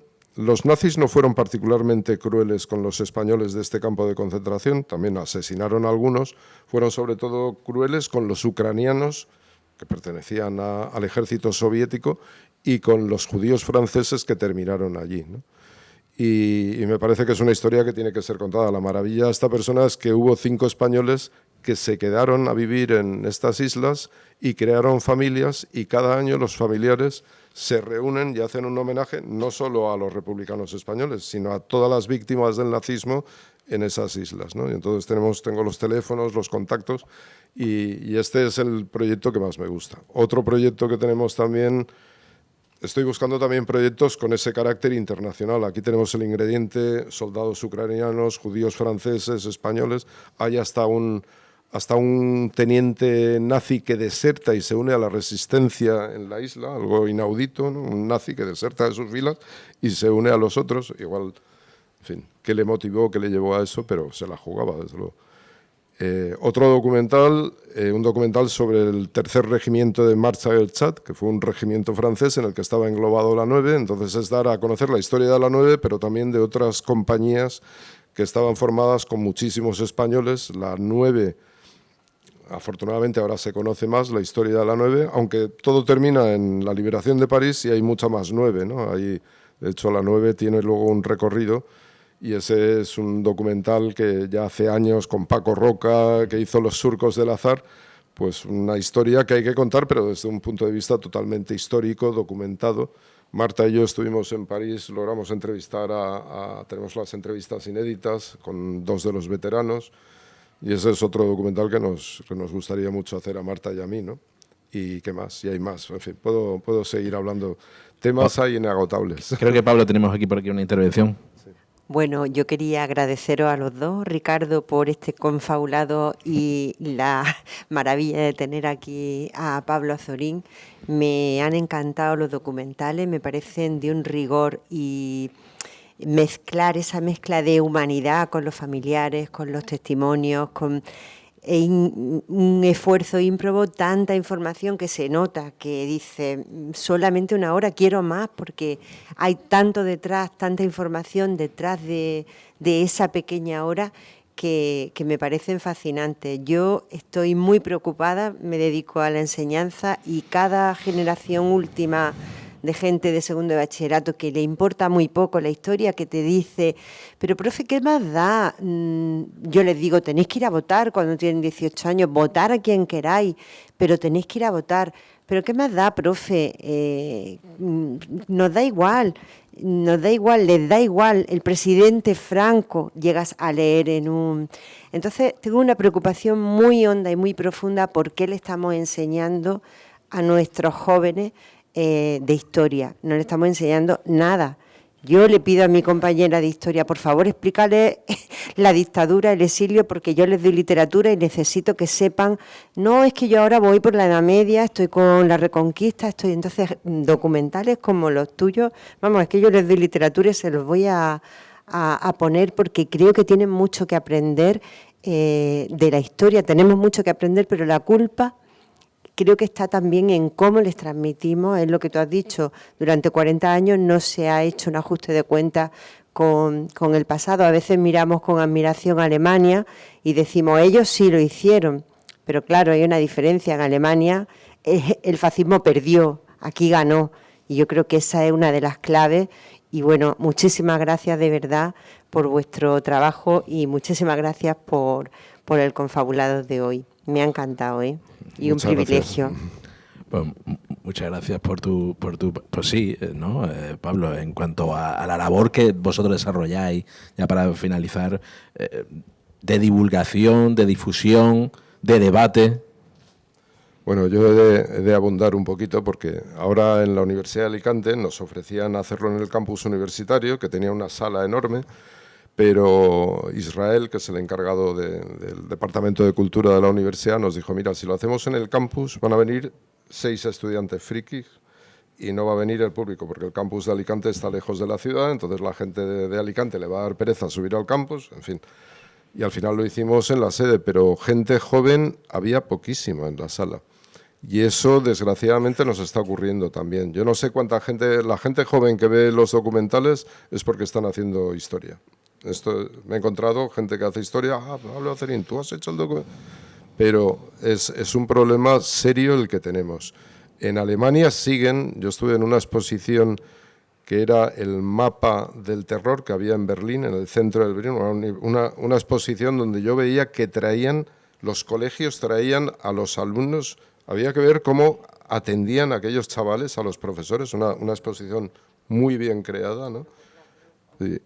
Y aquí no ha ocurrido eso, porque todavía tenemos a gente negacionista del holocausto que dijo Paul Preston, ¿no? El holocausto español, negacionista, y donde siempre te llevan al campo de Paracuellos. Pues claro que hubo Barbastro, hubo atrocidades que cometieron las izquierdas.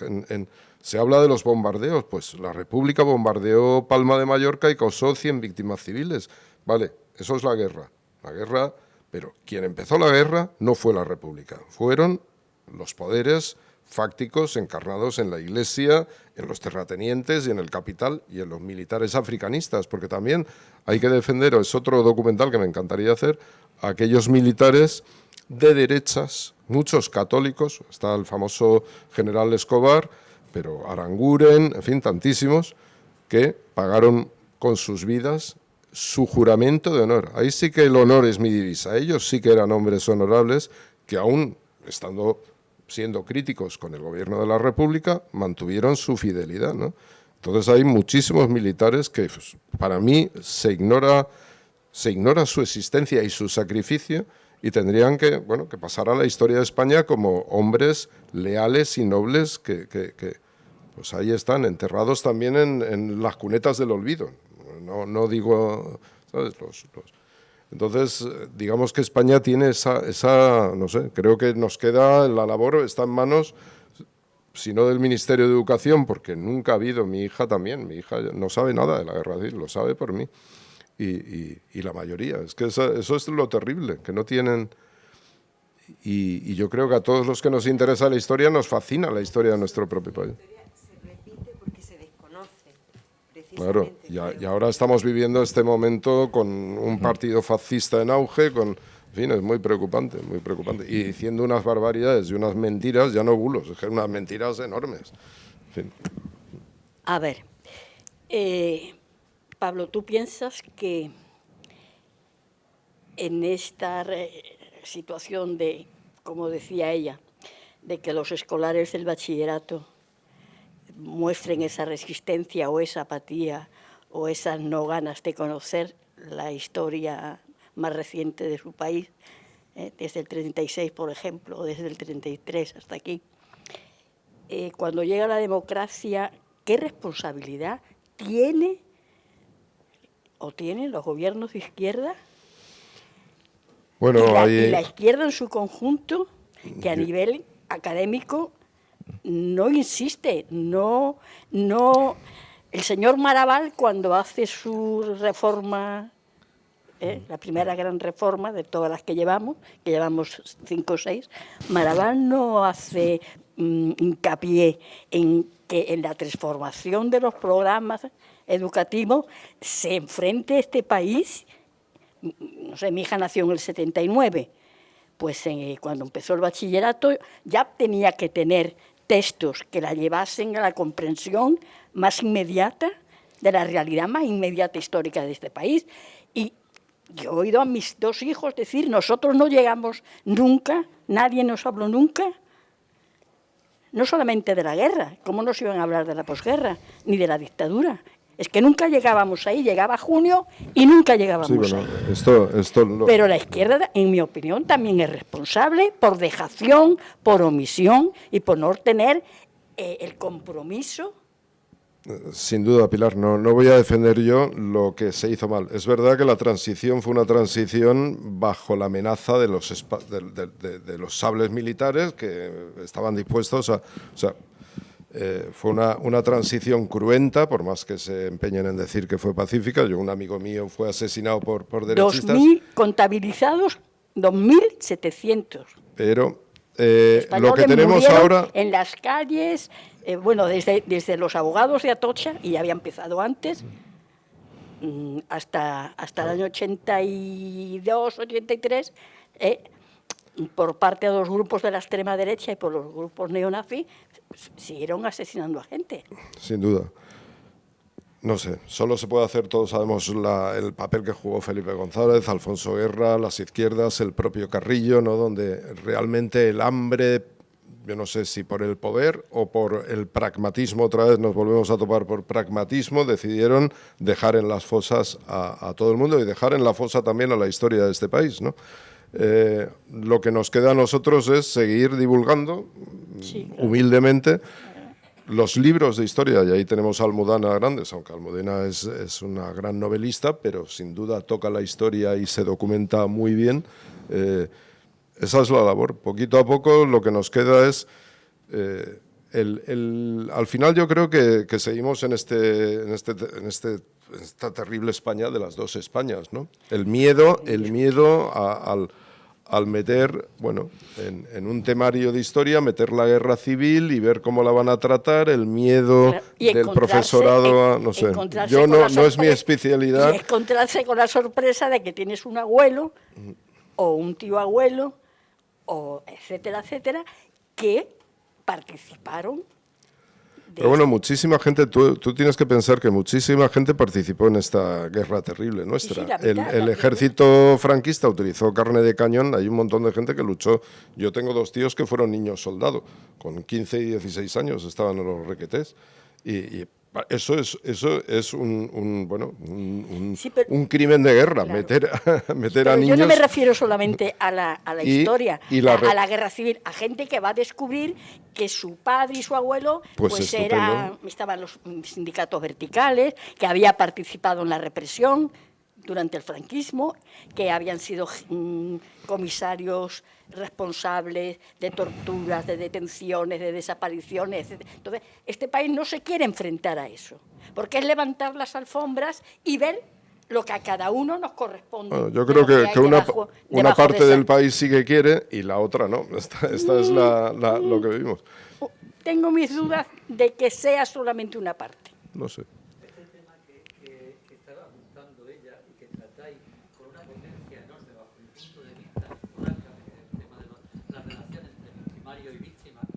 La relación entre victimario y víctima, a mí me parece potentísimo, quiero decir, me parece de una potencialidad política y ética enorme en un país en donde han convivido víctimas y victimarios de la guerra civil, del conflicto ETA, del conflicto vasco, y están conviviendo todavía. Entonces, estos problemas que son de alguna manera, no sé si se puede hablar superados, pero sí que son tratados generacionalmente, es decir, que una generación no termina de resolver este tipo de heridas que se crean entre las víctimas y los victimarios.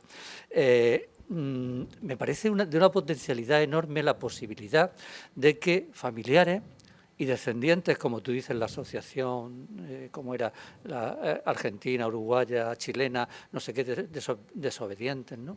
Sí. Que esta asociación... Historias desobedientes. Que este tipo de asociaciones o de asociación pueda progresar. Antes decía que después del ejemplo de Loreto Urraca, que han aparecido algunas personas más, sí, pero fíjate, imagínate que la única experiencia de relación entre víctima y victimario se está dando con estos encuentros directamente entre el victimario y la víctima o la familia de la víctima, en el caso de ETA, en las cárceles, en el País Vasco y demás. Efectivamente, la película que es un icono y un ejemplo maravilloso, pero que es muy difícil de conseguir. Es muy difícil de conseguir, de extender y de que de alguna manera enraíce en la sociedad como una lectura histórica también, como una lectura también de memoria histórica, porque la memoria histórica no la va a hacer solamente el relato de los hechos riguroso y demás, Viña, Zuaga, Preston, etcétera, etcétera. La memoria histórica la vais a hacer también vosotros, la va a hacer Almudena Grandes y la vamos a hacer con un relato político y una narración en la sociedad española, una narrativa que pueda ser asumida como la verdadera. Y eso no está ocurriendo. O sea, es algo verdaderamente desastroso bajo mi punto de vista. También hay a lo que dice Pilar, y yo estoy totalmente de acuerdo contigo, también hay un hecho que antes he mencionado.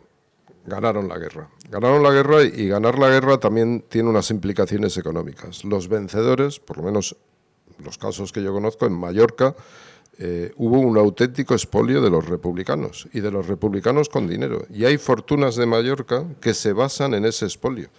Y es más, es que seguimos ahí. Yo conozco a la familia, los descendientes del que fue alcalde de Palma, que se llamaba Emili Darder. Era un hombre, era un médico, era la alta burguesía, no, altísima burguesía, pero un hombre ilustrado. Imaginaros, en el año, cuando él accedió a la alcaldía de Palma, en el año 34, no había alcantarillado en la ciudad de Palma. Él empezó, era un médico, un pionero en la medicina preventiva, y empezó, bueno, la creación de escuelas. Todavía hay escuelas operativas en Palma que fundó Emili Darder. Por cierto, en muchísimos actos oficiales estuvo con Franco, porque Franco era capitán general, y entonces cualquier acto. Y bueno, su familia fue expoliada totalmente, y todavía hoy en día, donde está la sede de la capitanía militar, hay dos capitanías, una que está en la Almudaina, pero hay otra que es la operativa real, ¿no? Todavía no lo han recibido los herederos. Siguen sin tenerle, quitaron todo.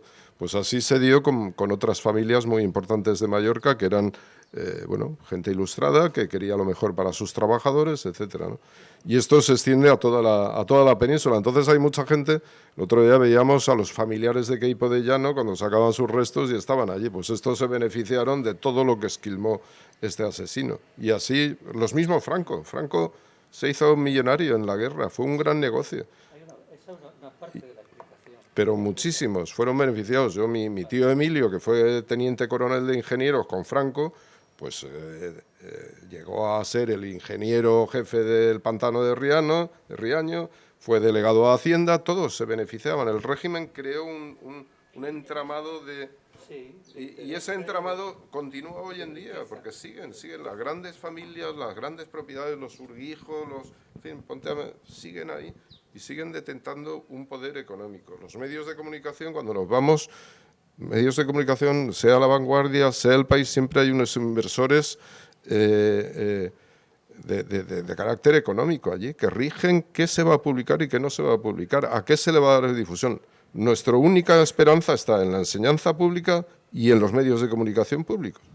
Pero aún así, esos funcionarios o esa gente tiene miedo.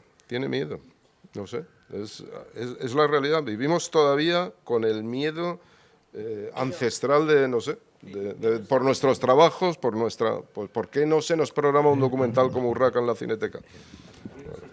Que no encaja, yo te digo, no encaja en la programación. Bueno, es que la razón es una historia iraní y seguro que hubiera encajado. Bueno. Un segundo, porque yo no quiero alargar esto, pero sobre lo que se ha hecho antes, que está bien, sacar a la luz que las instituciones y el poder público no ha hecho nada, pero no debemos de olvidar la responsabilidad que tenemos todos como ciudadanos. Es decir, frente a eso está la implicación y el compromiso personal. Es decir, que efectivamente en los colegios y institutos no se hace nada, desde yo he padecido eso. Pero hay personas, por ejemplo, José María Uzuaga, en su instituto tuvo problemas por incorporar esto en el currículum, ¿no? Es decir, pero está el compromiso de las asociaciones memorialistas que estamos trabajando. Está el compromiso de productores, de directores, como Pablo. Es decir, pero es que ese potencial no hay que olvidarlo.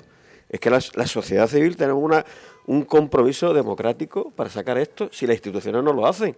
Y ahí es donde está la militancia y el compromiso. Lo demás, bueno, pues no deja de ser tertulia, ¿no? Y yo...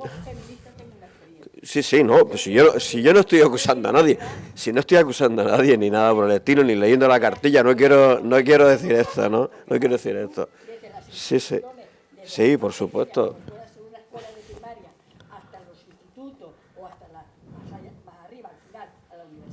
Si te topas con que esas instituciones te cierran las puertas, no hay forma de que tú puedas acceder ahí.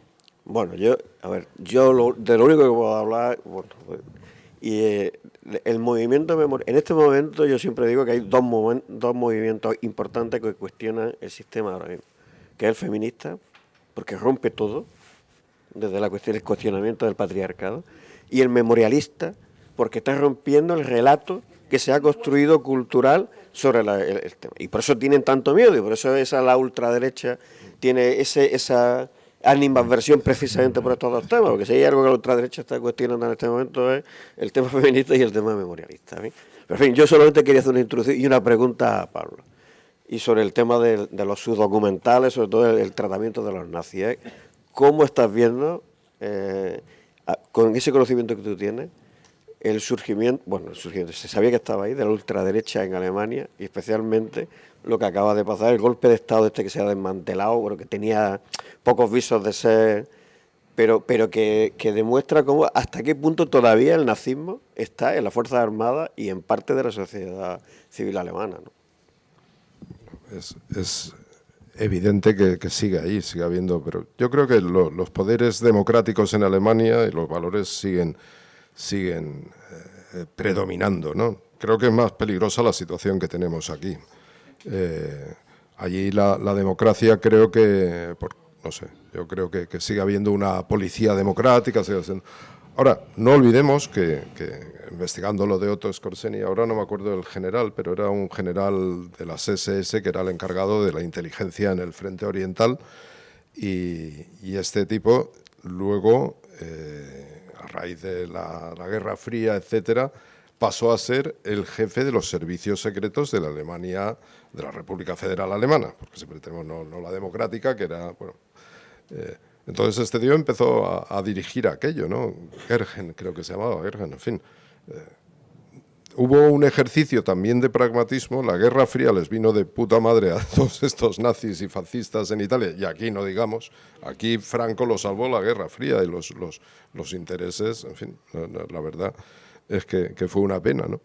Y entonces allí hubo, igual que en Francia también hay dos Francias, una Francia colaboracionista que fue mayoritaria y una Francia resistente, encarnada por gente de derechas y gente de izquierdas, que fue minoritaria. Y la carne de cañón del ejército francés, siempre hay que recordar que fueron argelinos, marroquíes y tunecinos, y algunos españoles, y algunos internacionales italianos y alemanes, pero esa es la realidad, ¿no? De Gaulle fue muy hábil y logró hacer una reconciliación nacional, eliminando a nuestros republicanos, que habían sido el núcleo duro del maquis francés.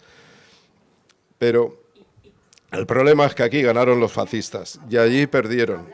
Y allí estamos, no sé. No se quiere hablar de la Francia de Vichy, no se han planteado nunca qué supuso la Francia de Vichy. Ya, Pilar, pero ese problema se lo dejamos a los franceses, que ya tenemos bastante nosotros con lo nuestro. Perdona, Pilar, si no os parece mal, porque además que está bajando la temperatura aquí, si no os parece mal, vamos dando por finalizado este encuentro. Nosotros seguiremos aquí, confabulando, abriendo espacio para el debate, nuestras posibilidades, aquí en la tetería hoy con Pedro, que nos ha abierto este espacio, difundiendo a través de las redes sociales. Posteriormente, el mes que viene, estaremos otra confabulación, nosotros abriendo espacios para el debate, para el encuentro, para aportar ideas, para dar visibilidad a vuestro trabajo y poder conocer el proceso creativo. Nosotros lo que muchas veces hacemos es mirar por la cerradura y ver cómo es vuestro trabajo, y agradecerte, Pablo, que hayas aceptado nuestra invitación, que hayas compartido con nosotros tu trabajo y que nos hayas dado esa mirada sobre el trabajo documental. Bueno, yo darte las gracias a ti, Ricardo, a Rita, aquí que se está pelando de frío, y a todos vosotros, y también de mi trabajo, de nuestro trabajo, diría, hablo en plural, porque como he dicho al principio es un trabajo colectivo y intervienen muchas personas, que es una suma de talento, ¿no? Yo sin ellos no podría hacer nada, y ellos sin mí puede que tampoco, porque el que consigue la pasta soy yo. Pero nada, Urraca Cazador de Rojos. Si algún día queréis programarlo, estoy seguro que Loreto y Pedro estarán encantados de venir a presentarlo aquí. Será genial y seguiremos pues, tu trabajo a través de redes sociales y seguro que habrá una futura ocasión para tenerte de nuevo con nosotros. Y agradeceros a todos vosotros el haber estado aquí con nosotros aquí y nada, pues el año que viene pues seguimos confabulando.